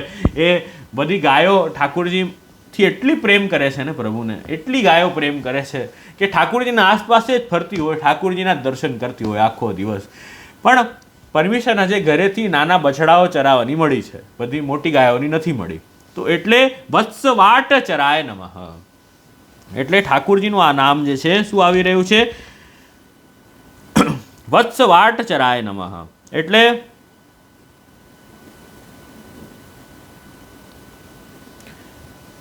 નાના નાના ગ્રુપ હજી ઠાકોરજી બછડાઓની વાટમાં ગોચરમાં ચરાવવાવાળા ઠાકોરજી, અને હજી એ પાછી દૂર જવાની પરમિશન નથી કે વનમાં લઈ ગયા ગાયોને, નહીં, આસપાસ જ રહેવાનું છે, દૂર નથી જવાનું. નાના હોઈએ તો એવી રીતે જ હોય ને. મને યાદ છે કે અમે નાના હતા ત્યારે નાના સાયકલ ચલાવવાનું શીખ્યા હતા અમે. તો જ્યારે 5th 3rd 4thમાં એવી રીતે હતા અને સાયકલ ચલાવતા હતા, તો ઘરેથી માની ને પિતાશ્રીની આજ્ઞા હતી કે અહીંયા બિલ્ડિંગમાં રહીએ છીએ તો બિલ્ડિંગમાં જ સાયકલ ચલાવવાની, રોડ પર સાયકલ લઈને નહીં જવાની. તો અમે બિલ્ડિંગમાં સાયકલ ચલાવતા હતા. તો અમુક વર્ષ એમ ચાલ્યું. પછી જ્યારે કોન્ફિડન્સ આવ્યો અને થોડાક 2-3 વર્ષ હજી ગયા પછી અમને અમારા રોડ પર સાયકલ ચલાવવાની પરમિશન મળી કે આમાં બિલ્ડિંગના બહારે જે રોડ છે ત્યાં સાયકલ ચલાવી શકીએ. પછી હવે જ્યારે એક્સપિરિયન્સ થઈ ગયું ને મોટા થયા તો હવે જ આ જે રીતે સાયકલ પછી 2 વર્ષ પછી જ્યાં લઈ જતા, પણ ધીમે ધીમે કરીને એ રીતે સાયકલ એવી રીતે અમે એ રીતે કરીને થયા, એવી રીતે જ બધે સ્થાન પર હોય. તો યશોદાજી હજી પરમિશન નથી આપી કે હજી અહીંયા જ કમ્પાઉન્ડમાં જ રહેવાનું છે, નંદાલયમાં જ થોડુંક જ બહાર ખીરકમાં જે છે બછડાઓ ચરાવવા જવાનું. એ પ્રકારે પરમિશન અહીંયા મળી છે. વત્સ વાટ ચરાય નમઃ એ નામ છે. અને શ્લોક નંબર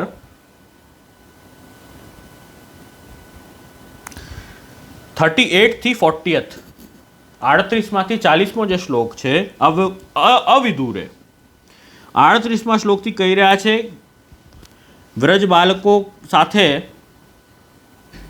રમવા માટે ઘણી બધી વસ્તુઓ ઠાકોરજી પોતાના ઘરેથી લઈને નીકળ્યા, અને જ્યાં ગાયો રહેતી એના પાસે જ ઠાકોરજી ગોષ્ઠ જે હતું એના પાસે જ ઠાકોરજી એ બછડાઓને ચરાવવા લાગ્યા. અને શ્યામ અને રામ બંને બાંસુરી સુંદર વગાડતા, અલગ અલગ ગુલેલ ઇત્યાદિ વસ્તુઓ લઈને, બેચકી હોય એ બધી લઈને, અલગ અલગ ગેમ્સ ઠાકોરજી જે રમવાના હોય વનમાં એ બધી ગેમ્સ લઈને એ ઠાકોરજી ત્યાં બહાર પધારતા એમના બધા મિત્રો જોડે. કોઈક વાર નૂપુર સુંદર ઠાકોરજી ધારણ કર્યા છે એ નૂપુરના સુંદર તાન વગાડતા, નૂપુરના સુંદર તાન પ્રભુ વગાડતા. તો એના દ્વારા અલગ અલગ અવાજો ઠાકોરજી કરતા.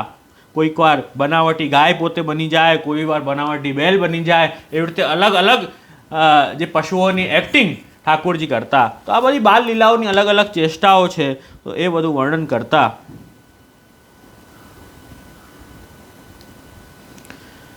તો આ બધું વર્ણન આવ્યું. અને કોઈક વાર મોર, કોયલ, વાંદરાઓ અલગ અલગ પશુ પક્ષીઓના અવાજ નીકાળતા. આ પ્રકાર સર્વશક્તિમાન ભગવાન સાધારણ બાળકોની જેમ રમત કરતા. તો વત્સ વાટ ચરાય નમઃ આમાં જ્યારે બછડાઓ ચરાવવા ઠાકોરજી નીકળતા તો આ બધી લીલાઓ પણ ઠાકોરજી કરતા. અને પાસે ચરાવવાનું અર્થ પણ એ પણ છે કે આપણે પ્રભુના પાસે રહીએ તો શું લાભ થાય કે ઠાકોરજીનો સાનિધ્ય પ્રાપ્ત થાય.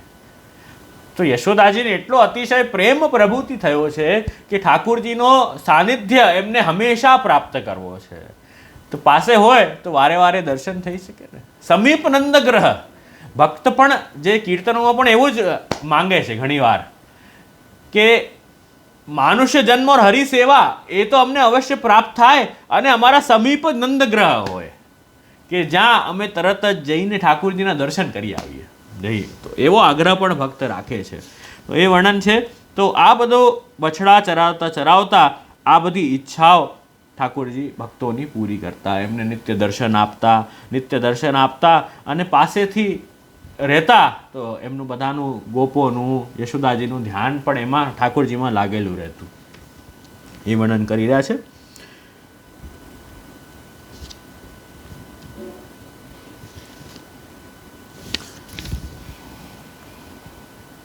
વત્સાનામ વાટ એવ વ્રજ નિકટ માર્ગ એવ ચારક, વ્રજ નિકટ માર્ગ એવ ચારક એમ આજ્ઞા કરે છે.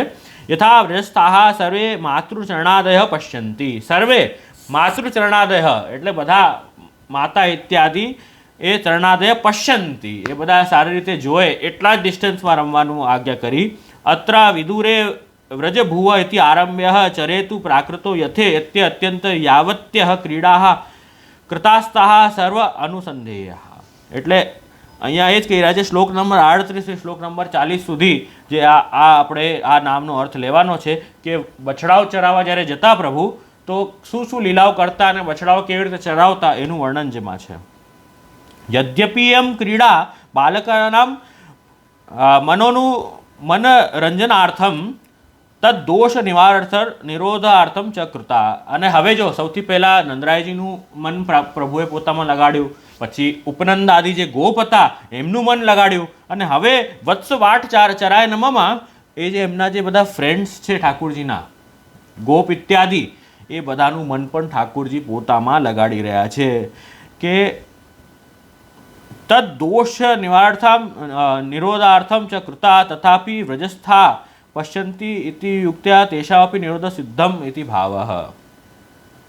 અને જે ઠાકુરજીના દર્શન, ઠાકુરજી લીલાઓના દર્શન કરી રહ્યા છે, ઠાકોરજી પાસે જ રમે છે ને ગામમાં, એમના ઘર પાસે નંદાલયમાં, તો જે આ લીલાઓનું દર્શન કરી રહ્યા છે એમનું પણ નિરોધ સિદ્ધ થઈ રહ્યું છે, અને સાથે જે ભક્તો છે, જે એમના ફ્રેન્ડ્સ છે એમનું પણ નિરોધ અહીં સિદ્ધ કરી રહ્યા છે. આ 72nd નામમાં આપણે દર્શન કર્યું.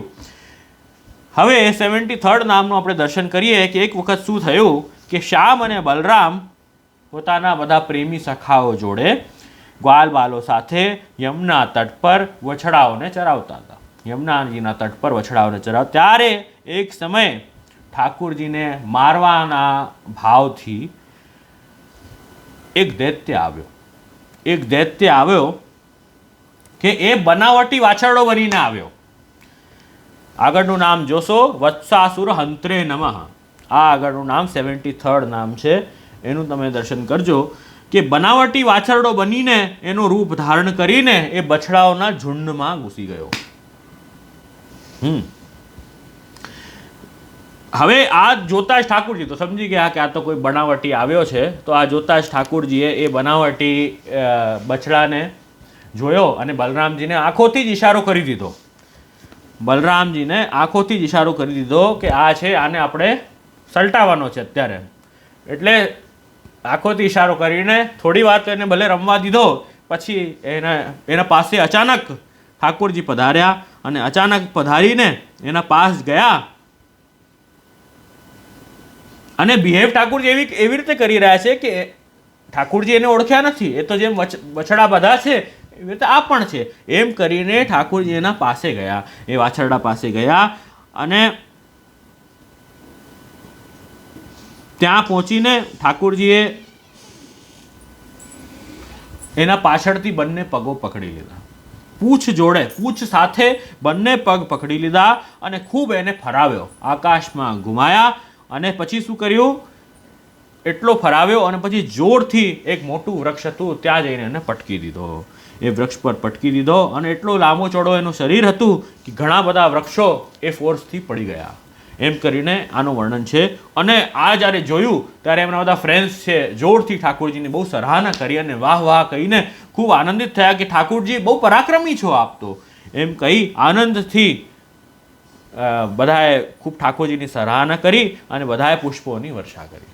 તો આ છે જે છે એ વત્સાસુર હંત્રે નમઃ. આ તો વાત થઈ ગઈ, કથામાં આવી આ વાત. હવે મહાપ્રભુજી શું આજ્ઞા કરે છે કે વૈષ્ણવ હવે આનાથી આપણને શું સમજવું, આપણે શું જાણવું. વત્સાસુર તો આવ્યો અને વત્સાસુર તો ગયો, ટાઈમ લાગ્યો, વત્સાસુર આવ્યો એ લીલામાં ઠાકોરજી સન્મુખ આવ્યો, 10-15 મિનિટ છુપાયો, ગાયબ થઈ ગયો. એક વાત અહીંયા વલ્લભ બહુ સુંદર આજ્ઞા કરે છે કે લૌકિકા એવ ક્યાં ગયું આ રહ્યું.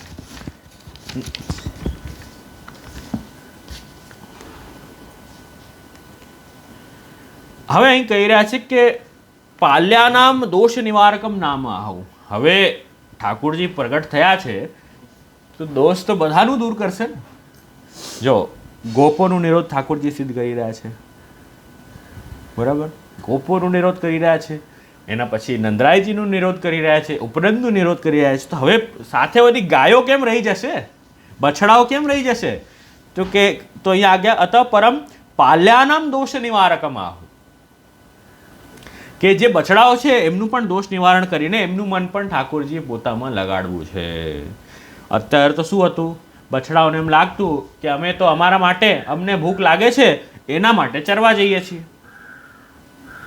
બછડાઓને એવું લાગતું અમને ભૂખ લાગે છે તો અમે ચરવા જઈએ છીએ. એવો ભાવ નથી હજી કે ઠાકુરજીના રમકડા અમે છીએ, ઠાકુરજી અમારા જોડે રમે છે અને અમારી જે પણ ક્રિયાકલાપ છે એ પ્રભુ માટે જ, એવો ભાવ હજી નથી.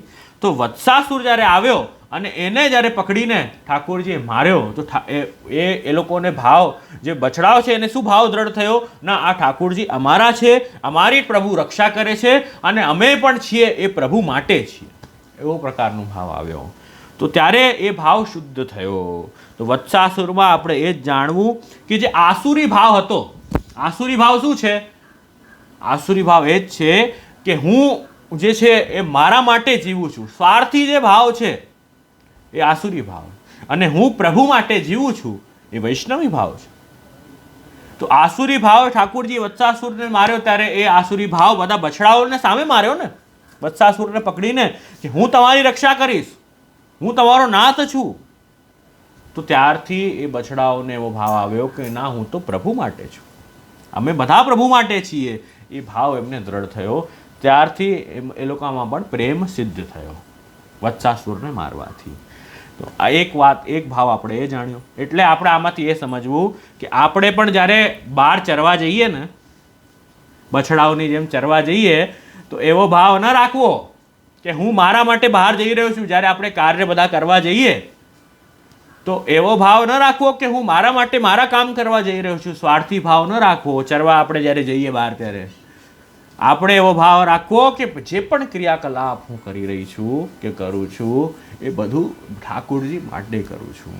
હું ધન કમાવા જાઉં છું એ પણ પ્રભુ માટે, મારા બીજા બધા જે લૌકિક કાર્ય કામો છે એ બધું ઠાકુરજી માટે મારું જીવન છે, તો એમના માટે હું કરી રહી છું. તો તરત જ પ્રેમ પ્રભુમાં સિદ્ધ થઈ જશે. એ વાત આપણે જાણવી જોઈએ. એવા પ્રભુ વત્સાસુર હંત્રે નમઃ, એવા પ્રભુ છે. અને વત્સ કોણ છે? વત્સ છે ને બહેરૂપિયો છે. વત્સ જે છે એ બહેરૂપિયો છે. આપણે જાણવું, કેવી રીતે જાણવું? કે ઘણીવાર છે ને બહેરૂપિયાઓ ઘૂસી જાય, વૈષ્ણવ બનીને ઘૂસી જાય. આમાં પણ એવું થયું ને, ગાયો બછડાઓના ઝુંડમાં એક વત્સ વાછરડો બનીને, બનાવટી વાછરડો બનીને ઘૂસી ગયો. તો એ બનાવટી આવીને શું કરશે? એ આવીને જે છે એ નિંદા કરશે, એ ઠાકોરજીની નિંદા કરશે, એ વલ્લભકુલની નિંદા કરશે, વૈષ્ણવોમાં પ્રપંચ ફેલાવશે.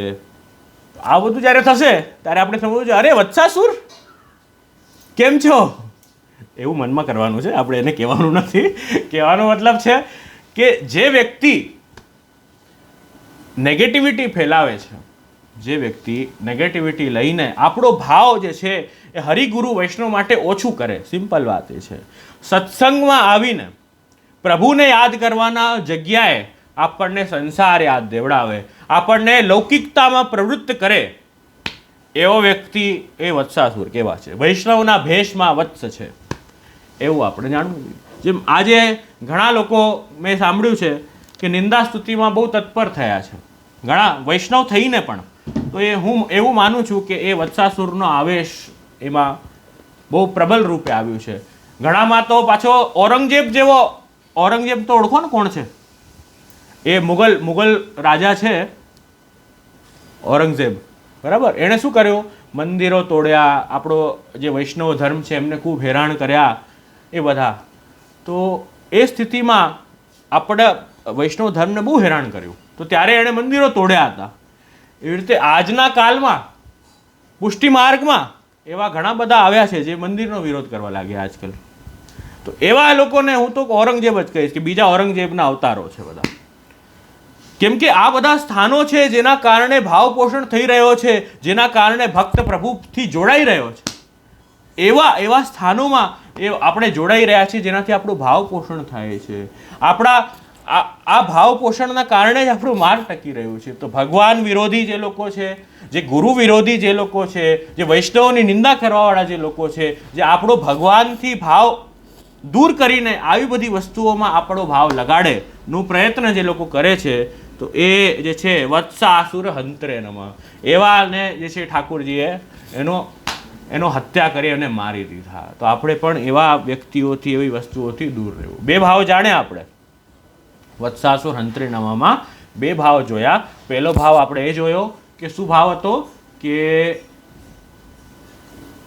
જે ચરવા આપણે જઈએ, આપણે એટલે બીજા બધા કામો કરવા આપણે બહાર જઈએ છીએ, એ આપણે પોતાના ભાવથી નહીં, એ પોતાના ભાવથી નહીં, પણ જે પણ મારો કંઈ ક્રિયાકલાપ હું કરું છું એ પ્રભુ માટે કરું છું, એ પ્રકારનો ભાવ, એક ભાવ આપણે જોયું. બીજો ભાવ આપણે આ જોયું કે આવા પ્રકારના જે દુસ્સંગ છે, જેમાં ઠાકુરજી ભૂલાઈને અને લૌકિક નિંદા સ્તુતિમાં પ્રવૃત્ત આપણને જે કરતું હોય, એ પ્રકારના દુસ્સંગથી દૂર રહેવું, એ વત્સાસુરનો જ અંશ એમાં છે. તો એ વાત આપણે અહીંયા જાણવું. એટલે આ વાત આપણે જોઈ 73rd નામમાં, એ વાત આપણે જોઈ. 42nd જે શ્લોક છે અહીંયા આ અધ્યાયનો, તમ વત્સ રૂપિણ વીક્ષ્ય વત્સ યુથગતમ હરિ દર્શયન બલદેવાય શનિર્મુગ્ધ ઇવાસદત. તો એમાં આપણે આ 73rd નામમાં આનું દર્શન કર્યું. હવે છેલ્લું જે નામ છે એ બક વિદારણાય નમઃ, એનું આપણે દર્શન કરશું. તત એતચ્ ચરિત્રેણ બાલાહ નિષ્પ્રપંચીકૃતા ઇતિ તેષામ દોષ રૂપો અયમ બકો દંભ રૂપો. હવે કહી રહ્યા છે કે આ બક જે છે, બકાસુર જે છે, બક જે છે એ કોણ છે અને એ કેવો છે? તો કહી રહ્યા છે એ દંભ રૂપ છે. દંભ સમજો, દંભ શું હોય? હે, દંભ એટલે ઢોંગ, દંભ એટલે ઢોંગ. તો આ બક છે એ દંભરૂપ છે. યસ્ય તુંડો, એની જે ચોંચ છે, ચાંચ જે છે એ કેવી છે? લોભ અનૃત રૂપવું.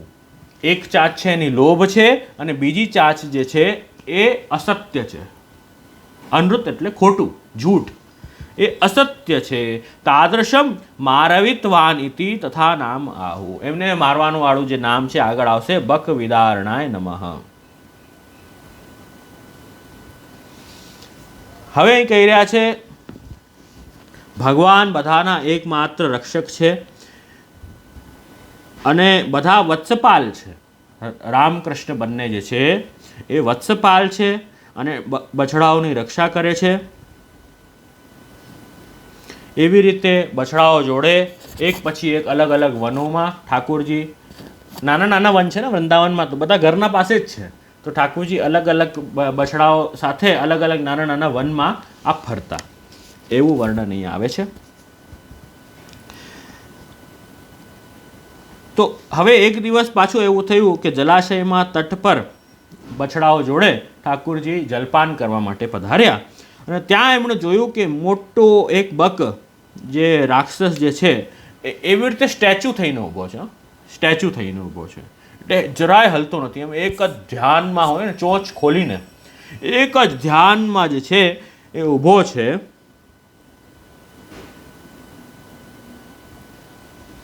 એ આ જે બગલો છે એ એકદમ બગલાનું રૂપ ધારણ કરીને વત્સ આવ્યો છે, બક આવ્યો છે અને બહુ શાર્પ, એની જે ચોંચ છે બહુ શાર્પ છે અને તીખી ચોંચથી એ બસ ઊભો છે, હલતો નથી, એ ઊભો છે અને વેઇટ કરે છે કે હમણાં ઠાકોરજી મારા પાસે આવે, હમણાં ઠાકોરજી મારા પાસે આવે. અને પાસે જેમ ભગવાન આવ્યા, બહુ બલવાન હતો, આ ઠાકોરજી પર ઝપટ્યો અને ઠાકોરજીને નીગળી ગયો. બહુ મોટો હતો, પર્વત જેવો, ચટ્ટાન જેવો મોટો. તો ઠાકોરજીને પોતાના મુખમાં એમણે પધરાવી લીધા, ઠાકોરજીને પોતાના મુખમાં પધરાવી લીધા અને બધાએ આ દ્રશ્ય જોયું અને બહુ ડરી ગયા. બધાએ આ દ્રશ્ય જોઈને બહુ ડરી ગયા કે એ બધાની અહીંયા ભાગવતકાર એમ આજ્ઞા કરે છે કે એવી હાલત થઈ કે જાણે બધાના પ્રાણ જ નીકળી ગયા હોય. ભગવાન જ બધાના પ્રાણ છે, એ ભગવાનને કાંઈક ક્ષતિ થઈ રહી છે કે શ્રમ પડી રહ્યું છે, તો ભક્તોને જાણે એવું લાગ્યું કે બધાના પ્રાણ જ નીકળી ગયા હોય, એવું લાગ્યું અહીં. પણ ઠાકોરજીને તો એવી રીતે કોઈમાં શક્તિ નથી કે કાંઈ અનિષ્ટ કરી શકે. તો બગલાના તાલુના નીચે ઠાકોરજીએ અગ્નિ દ્વારા એને બાળ્યું, એના તાલવા જે છે અગ્નિ દ્વારા બાળ્યું. એના કારણે એણે મોઢું પાછું ખોલી દીધું, એના કારણે એને મોઢું પાછું ખોલી દીધું અને તરત જ એ ઠાકોરજી બહાર પધાર્યા અને બહાર પધારીને પાછું ઠાકોરજી પર એ તૂટી પડ્યો, એના ચોંચ દ્વારા એ ભગવાન પર તૂટી પડ્યો. અને એટલામાં જ્યારે ઝપટવા ગયો ત્યારે અહીં આજ્ઞા કરે છે, બકાસુરના બંને ચોંચ ઠાકોરજી પકડીને જોરથી ખોલી દીધા, બંને ચોંચો પકડીને ખોલી દીધા. અને ચોંચ ખોલી દીધા અને બંને ચોંચ ખોલતા જ એ બકાસુરના વધ થઈ ગયો, આખું મોઢું ફાટી ગયું એનું. એના કારણે એનું બકાસુરનું વધ થઈ ગયું.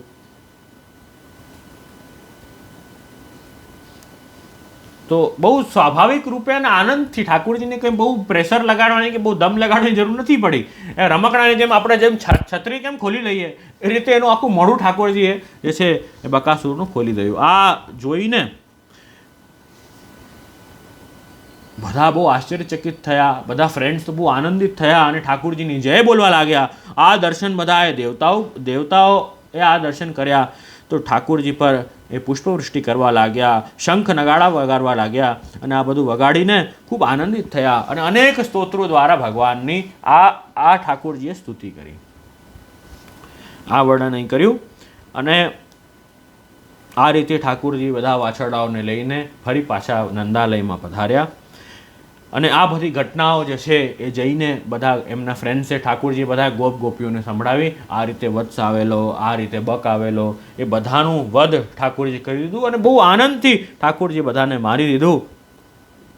એ બધા ગોપો બધા પાછા કહેવા લાગ્યા કે અરે અરે આ ભગવાનને કેટલો શ્રમ પડે છે, જ્યારથી જન્મ આમનું થયું છે ત્યારથી બધા આમના ઠાકોરજીના પાછળ જ પડ્યા છે. વારે વારે કે મોત કે મુંહ સે વાપસ આ જાતા હે કનૈયા, એમ કહેવા લાગ્યા કે વારે વારે મૃત્યુના મુખથી આ કાનુડો વાપસ આવી રહ્યો છે, એમ બધા ચિંતા કરવા લાગ્યા. તો અને પાછું એમે કહેવા લાગ્યા, શું કહેવા લાગ્યા કે જે લોકોએ પ્રભુનું અનિષ્ટ કરવાની ઈચ્છા કરી, જે લોકોએ પ્રભુનું અનિષ્ટ કરવાની ઈચ્છા થઈ, પ્રભુનું તો કંઈ વાળવાકું ન થયું, અનિષ્ટ ન થયું, પણ જે લોકોએ પ્રયત્ન કર્યું ને એમનું અનિષ્ટ થઈ ગયું છે. તો કહેવાનું મતલબ છે જે વત્સ પ્રકારની વૃત્તિ ધરાવનાર જે લોકો છે કે જે નિંદા સ્તુતિમાં બહુ માને છે, કે જે મંદિર હવેલીઓ, જે વલ્લભકુલ, જે વૈષ્ણવોનો વિરોધ કરે અને આ રીતે વત્સ રીતે વૈષ્ણવોનું મન જે છે એ દુસ્સંગમાં પ્રવૃત્ત કરે છે, એ પ્રકારના લોકોનું અનિષ્ટ થશે. અહીં એ આજ્ઞા કરે છે જે આવી રીતે પ્રયત્ન કરશે એનું અનિષ્ટ થશે. એમ અહીં ગોપીજનો પણ કહી રહ્યા છે, પ્રભુનો અનિષ્ટ કરવાનો પ્રયત્ન કરશે તો એમનું જ પોતાનું અનિષ્ટ થયું. એમ અહીં કહીને બધા આનંદ થઈને પ્રભુની સરાહના કરવા લાગ્યા. અને પાછું એમ કહેવા લાગ્યા કે બ્રહ્મવેત્તા જે મહાત્માઓ, જે ગર્ગાચાર્યજી ઇત્યાદિ છે, એમની વાણી કોઈ દિવસ મિથ્યા ન થઈ શકે. ગર્ગાચાર્યજી શું આજ્ઞા કરી છે કે આ જ કાનુડો જે છે એ સ્વયં નારાયણ છે અને બધા ભક્તો, બધા ગોપીજનોના હિત માટે પ્રગટ થયો છે અને બધાની રક્ષા કરશે. આ જે છે નારાયણનું જ સ્વરૂપ છે, એટલે તમે એ જાણજો. અને બધા આમના કારણે કોઈ પણ સંસારના જે દુઃખો છે એ તમને ખબર જ નહીં પડે. એ રીતે બધા દુઃખ આવીને વયા જશે કે ભક્તને એ ખબર જ નહીં પડે. ઠાકુરજી તમારા પાસે બિરાજતા હશે તો ભક્તોને એક દુઃખોનું આભાસ પણ નહીં થાય. એ વર્ણન અહીંયા જે છે 11મા અધ્યાયમાં થઈ રહ્યું છે. અહીંયા બક વિદારણાય નમઃ, બક વિદારણાય નમઃ આ નામમાં એ જ વાત બતાવી રહ્યા છે કે બકાસુરને મારવાવાળા એવા બકના અરીને વંદન. બકાસુરના અરી ભગવાન કૃષ્ણ. તો આના કારણે કહેવાનો મતલબ છે કે બક જે છે એ દંભનું સ્વરૂપ બતાવ્યો છે. બક જો છે એ દંભનો સ્વરૂપ બતાવ્યો. અને એ બકના દંભ કેવી રીતે થાય તો બે રીતે થાય. એની એક ચોંચ જે છે એ સત્ય છે અને એક ચોંચ જે છે લોભ છે. આ બંને કેવી રીતે થાય તમને કહું. લોકમાં બહુ બધી ઈચ્છાઓ વ્યક્તિની થાય. અતિશય વિષય સંગ કરવાથી ઈચ્છાઓ પ્રગટ થાય. ઈચ્છાઓ પ્રગટ થાય પછી શું થાય, સંગ્રહ વૃત્તિ ડેવલપ થાય. જેમ જેમ તમે ઈચ્છાઓ પાસે પહોંચતા જશો કે એક એક પૂરી થતી જશે તો એનાથી પછી સંગ્રહ વૃત્તિ ડેવલપ થશે, કલેક્શન વૃત્તિ. એ સર્કલ ઓફ 100 જે કહેવાય છે, સર્કલ ઓફ 99, વિશિયસ સર્કલ ઓફ 99 એ કહેવાય છે કે વ્યક્તિ 0 to 99 માટે બહુ મહેનત કરે, 99 મહેનત કરે, જેમ 99 અર્જન થઈ જાય ફરી પાછો 101, 102, 103, 104, 105, ત્યાંથી પછી 199 સુધી પહોંચે, પછી પાછું 201, 202, 203, 204. તો એ જે વિશિયસ સર્કલ ઓફ 99 કહેવાય એનું. તો એ એન્ડલેસ છે, નેવર એન્ડિંગ છે. તો જ્યારે કામ જે છે, ઈચ્છાઓ અતિશય વિષય સંગતના કારણે એ અતિશય ઈચ્છાઓ થશે, અમુક એમાંથી પૂરી થશે, અમુક પૂરી નહીં થાય. તો એ પૂરી કરવા માટે જીવ એ સંગ્રહવૃત્તિ ડેવલપ કરે છે, જેને કે લોભ કહેવાય છે. અને લોભ કરશે, લોભ વૃત્તિ જ્યારે એની ડેવલપ થશે, પછી લોભથી એની ઈચ્છાઓ જ્યારે પૂરી નહીં થઈ શકે તો પછી અસત્યનો સાથ લેશે. અસત્યનો સાથ લેવાનો જ્યારે શરૂ કરશે તો લોભ અને અસત્યના કારણે એ દંભ કરવા લાગી જશે. દંભ એટલે ઢોંગ, જે ન હોય એવું બતાવવા લાગશે, જે ન હોય એવું બતાવવા લાગશે. તો એવી પ્રકારની જે વૃત્તિઓ છે, આ છુપાયેલી બધામાં થોડી થોડી હોય છે. એ ઠાકુરજીએ આ બકાસુરનો જ્યારે વધ કર્યો, બક વિદારણાય નમઃ, બકાસુરનો જ્યારે વધ કર્યું ત્યારે આ પ્રકારના જે દોષો હતા એ પ્રભુએ દૂર કર્યા. તો આપણે એ વાત ધ્યાન રાખીએ કે ભગવત સેવામાં લોકમાં પણ એવા દોષો ન થાય, આદિ ભૌતિક રૂપે પણ લોભ અને અસત્યનો પ્રયોગ આપણે ન કરીએ, અને ભગવત સેવામાં તો જરાય ન કરીએ. પોતાને મોટો, ઘણા મેં જોયું છે ઘણીવાર, પોતાને મોટું ભગવતીય સિદ્ધ કરવા માટે ઘણીવાર અસત્ય ઘણા બોલતા હોય કે અમે તો આટલું કરીએ, અમે તો આમ કરીએ, અમને તો આમ અનુભવ થાય, અમને તેમ અનુભવ થાય. કોઈને કોઈના અનુભવ કહેવાની આવશ્યકતા નથી. તમને અનુભવ થાય તો તમારા પ્રતિ રાખવાના, મારા પર કૃપા આટલી થઈ, તમે પોતાને ભાગ્યવાન માનો અને કહો, કોઈને કહેવાની આવશ્યકતા નથી. એનાથી શું થાય? લોભ અને પછી દમ ધીમે ધીમે થવા. તમને અત્યારે થયું, ઠાકુરજી કૃપા કરી અને અનુભવ કરાવ્યું, બહુ સારી વાત છે. તમે કોઈને કહેવાની આવશ્યકતા નથી. કોઈને જેમ કહેશો તો બીજી વાર કૃપા કરવાની ઠાકુરજી બંધ કરી દેશે કે આ તો હવે આને તો મોટો પભા બનવાની ઈચ્છા થઈ લાગે છે. ઠાકુરજી એમ જ વિચારશે કે આને તો હવે લાભ પૂજાની ઈચ્છા થઈ છે જીવને, એના માટે આ કરી રહ્યો છે એવું પ્રભુને લાગશે. તો એના કરતાં જે અનુભવ થાય એ પોતાને કહો. પછી ધીમે ધીમે શું થાય, એકવાર થયું પછી બીજી વાર કહેવાની ઈચ્છા થાય કે હવે આમ અનુભવ થયું, પછી ત્રીજી વાર, પછી ન થયું હોય તોય માણસ કહેવાનું શરૂ કરે. તો એ અસત્ય ધીમે ધીમે આવશે, દંભના કારણે થાય. તો એટલે આપણે એવો જ પ્રયત્ન રાખવો કે આ આપણા જીવનમાંથી નીકળી જાય. આદિ ભૌતિક રૂપે, આધ્યાત્મિક રૂપે ને આદિ દૈવિક રૂપે, ત્રણો પ્રકારે લોભ અને અસત્ય જે છે એ નીકળે. નહીં તો આ બંને અગર રહેશે તો દંભ પછી થશે. દંભ એટલે ઢોંગ, જે ના હોય. એટલે મૂળમાં આપણે એવો આગ્રહ રાખવો, મન, વાણી અને કાયામાં એક વાક્યતા રહે તો દંભ કોઈ દિવસ નહીં થાય. મનમાં જે છે એ વાણીમાં છે, વાણીમાં જે છે કાયામાં છે, ત્રણેયમાં એક વાક્યતા હશે ને તો દમ નહીં થાય. મન કાંઈક જુદું વિચારે છે, વાણી કાંઈક જુદું કહે છે, કરો છો કંઈક ત્રીજું, તો પછી દમ થવાના ચાન્સ બહુ વધી ગયા. તો ભક્તે, વૈષ્ણવે મન, વાણી, કાયામાં એકતા રાખવી અને સરળ સ્વભાવ, મૃદુભાષી હોવું જોઈએ. બધા પર પ્રેમ અને દયા રાખી આગળ વધીએ તો આ બધા દોષો ન નડે. પણ છુપાયેલા કોઈકના કોઈક દોષો હોય તો આવો ચરિત્ર, આપણે ઠાકુરજીનો જે સુંદર ચરિત્ર છે એનું વાંચન જ્યારે આપણે કરીએ, એનું સ્મરણ જ્યારે કરીએ કે ઠાકુરજીએ ભક્તોના કેવી કેવી રીતે બધા દોષો દૂર કરી આપ્યા, કેવી રીતે દૂર કરી રહ્યા છે, તો એ જ્યારે આપણે જેનું સ્મરણ કરીએ તો આપણા પણ દોષ આ અધ્યાયનું શ્રવણ કરવાથી ઠાકોરજી દૂર કરશે. એવું ઠાકોરજીના ચરણારવિંદમાં એવું આપણે બધા વળી વિનંતી કરીએ કે આ બધા દોષો પ્રભુ દૂર કરીને જલ્દી અમારો પ્રેમ જે છે એ આસક્તિ રૂપે પરિણમિત થાય, આસક્તિ જે છે વ્યસન રૂપે થાય, એવી કૃપા પ્રભુ આપણા પર કરે. તો આજે અહીંયા જે છે, આજે આપણું પ્રમાણ પ્રકરણ જે છે આજે આપણે પૂર્ણ કર્યો. જન્મ પ્રકરણનું દર્શન પૂરો કર્યો અને તામસ પ્રમાણ પ્રકરણનું આપણે દર્શન કર્યો. હવે નેક્સ્ટ સેશનથી આપણે પ્રમેય પ્રકરણના દર્શન કરશું. કોઈને કાંઈ પૂછવું હોય તો અવશ્ય પૂછી શકો છો, ઓનલાઈન જ છીએ.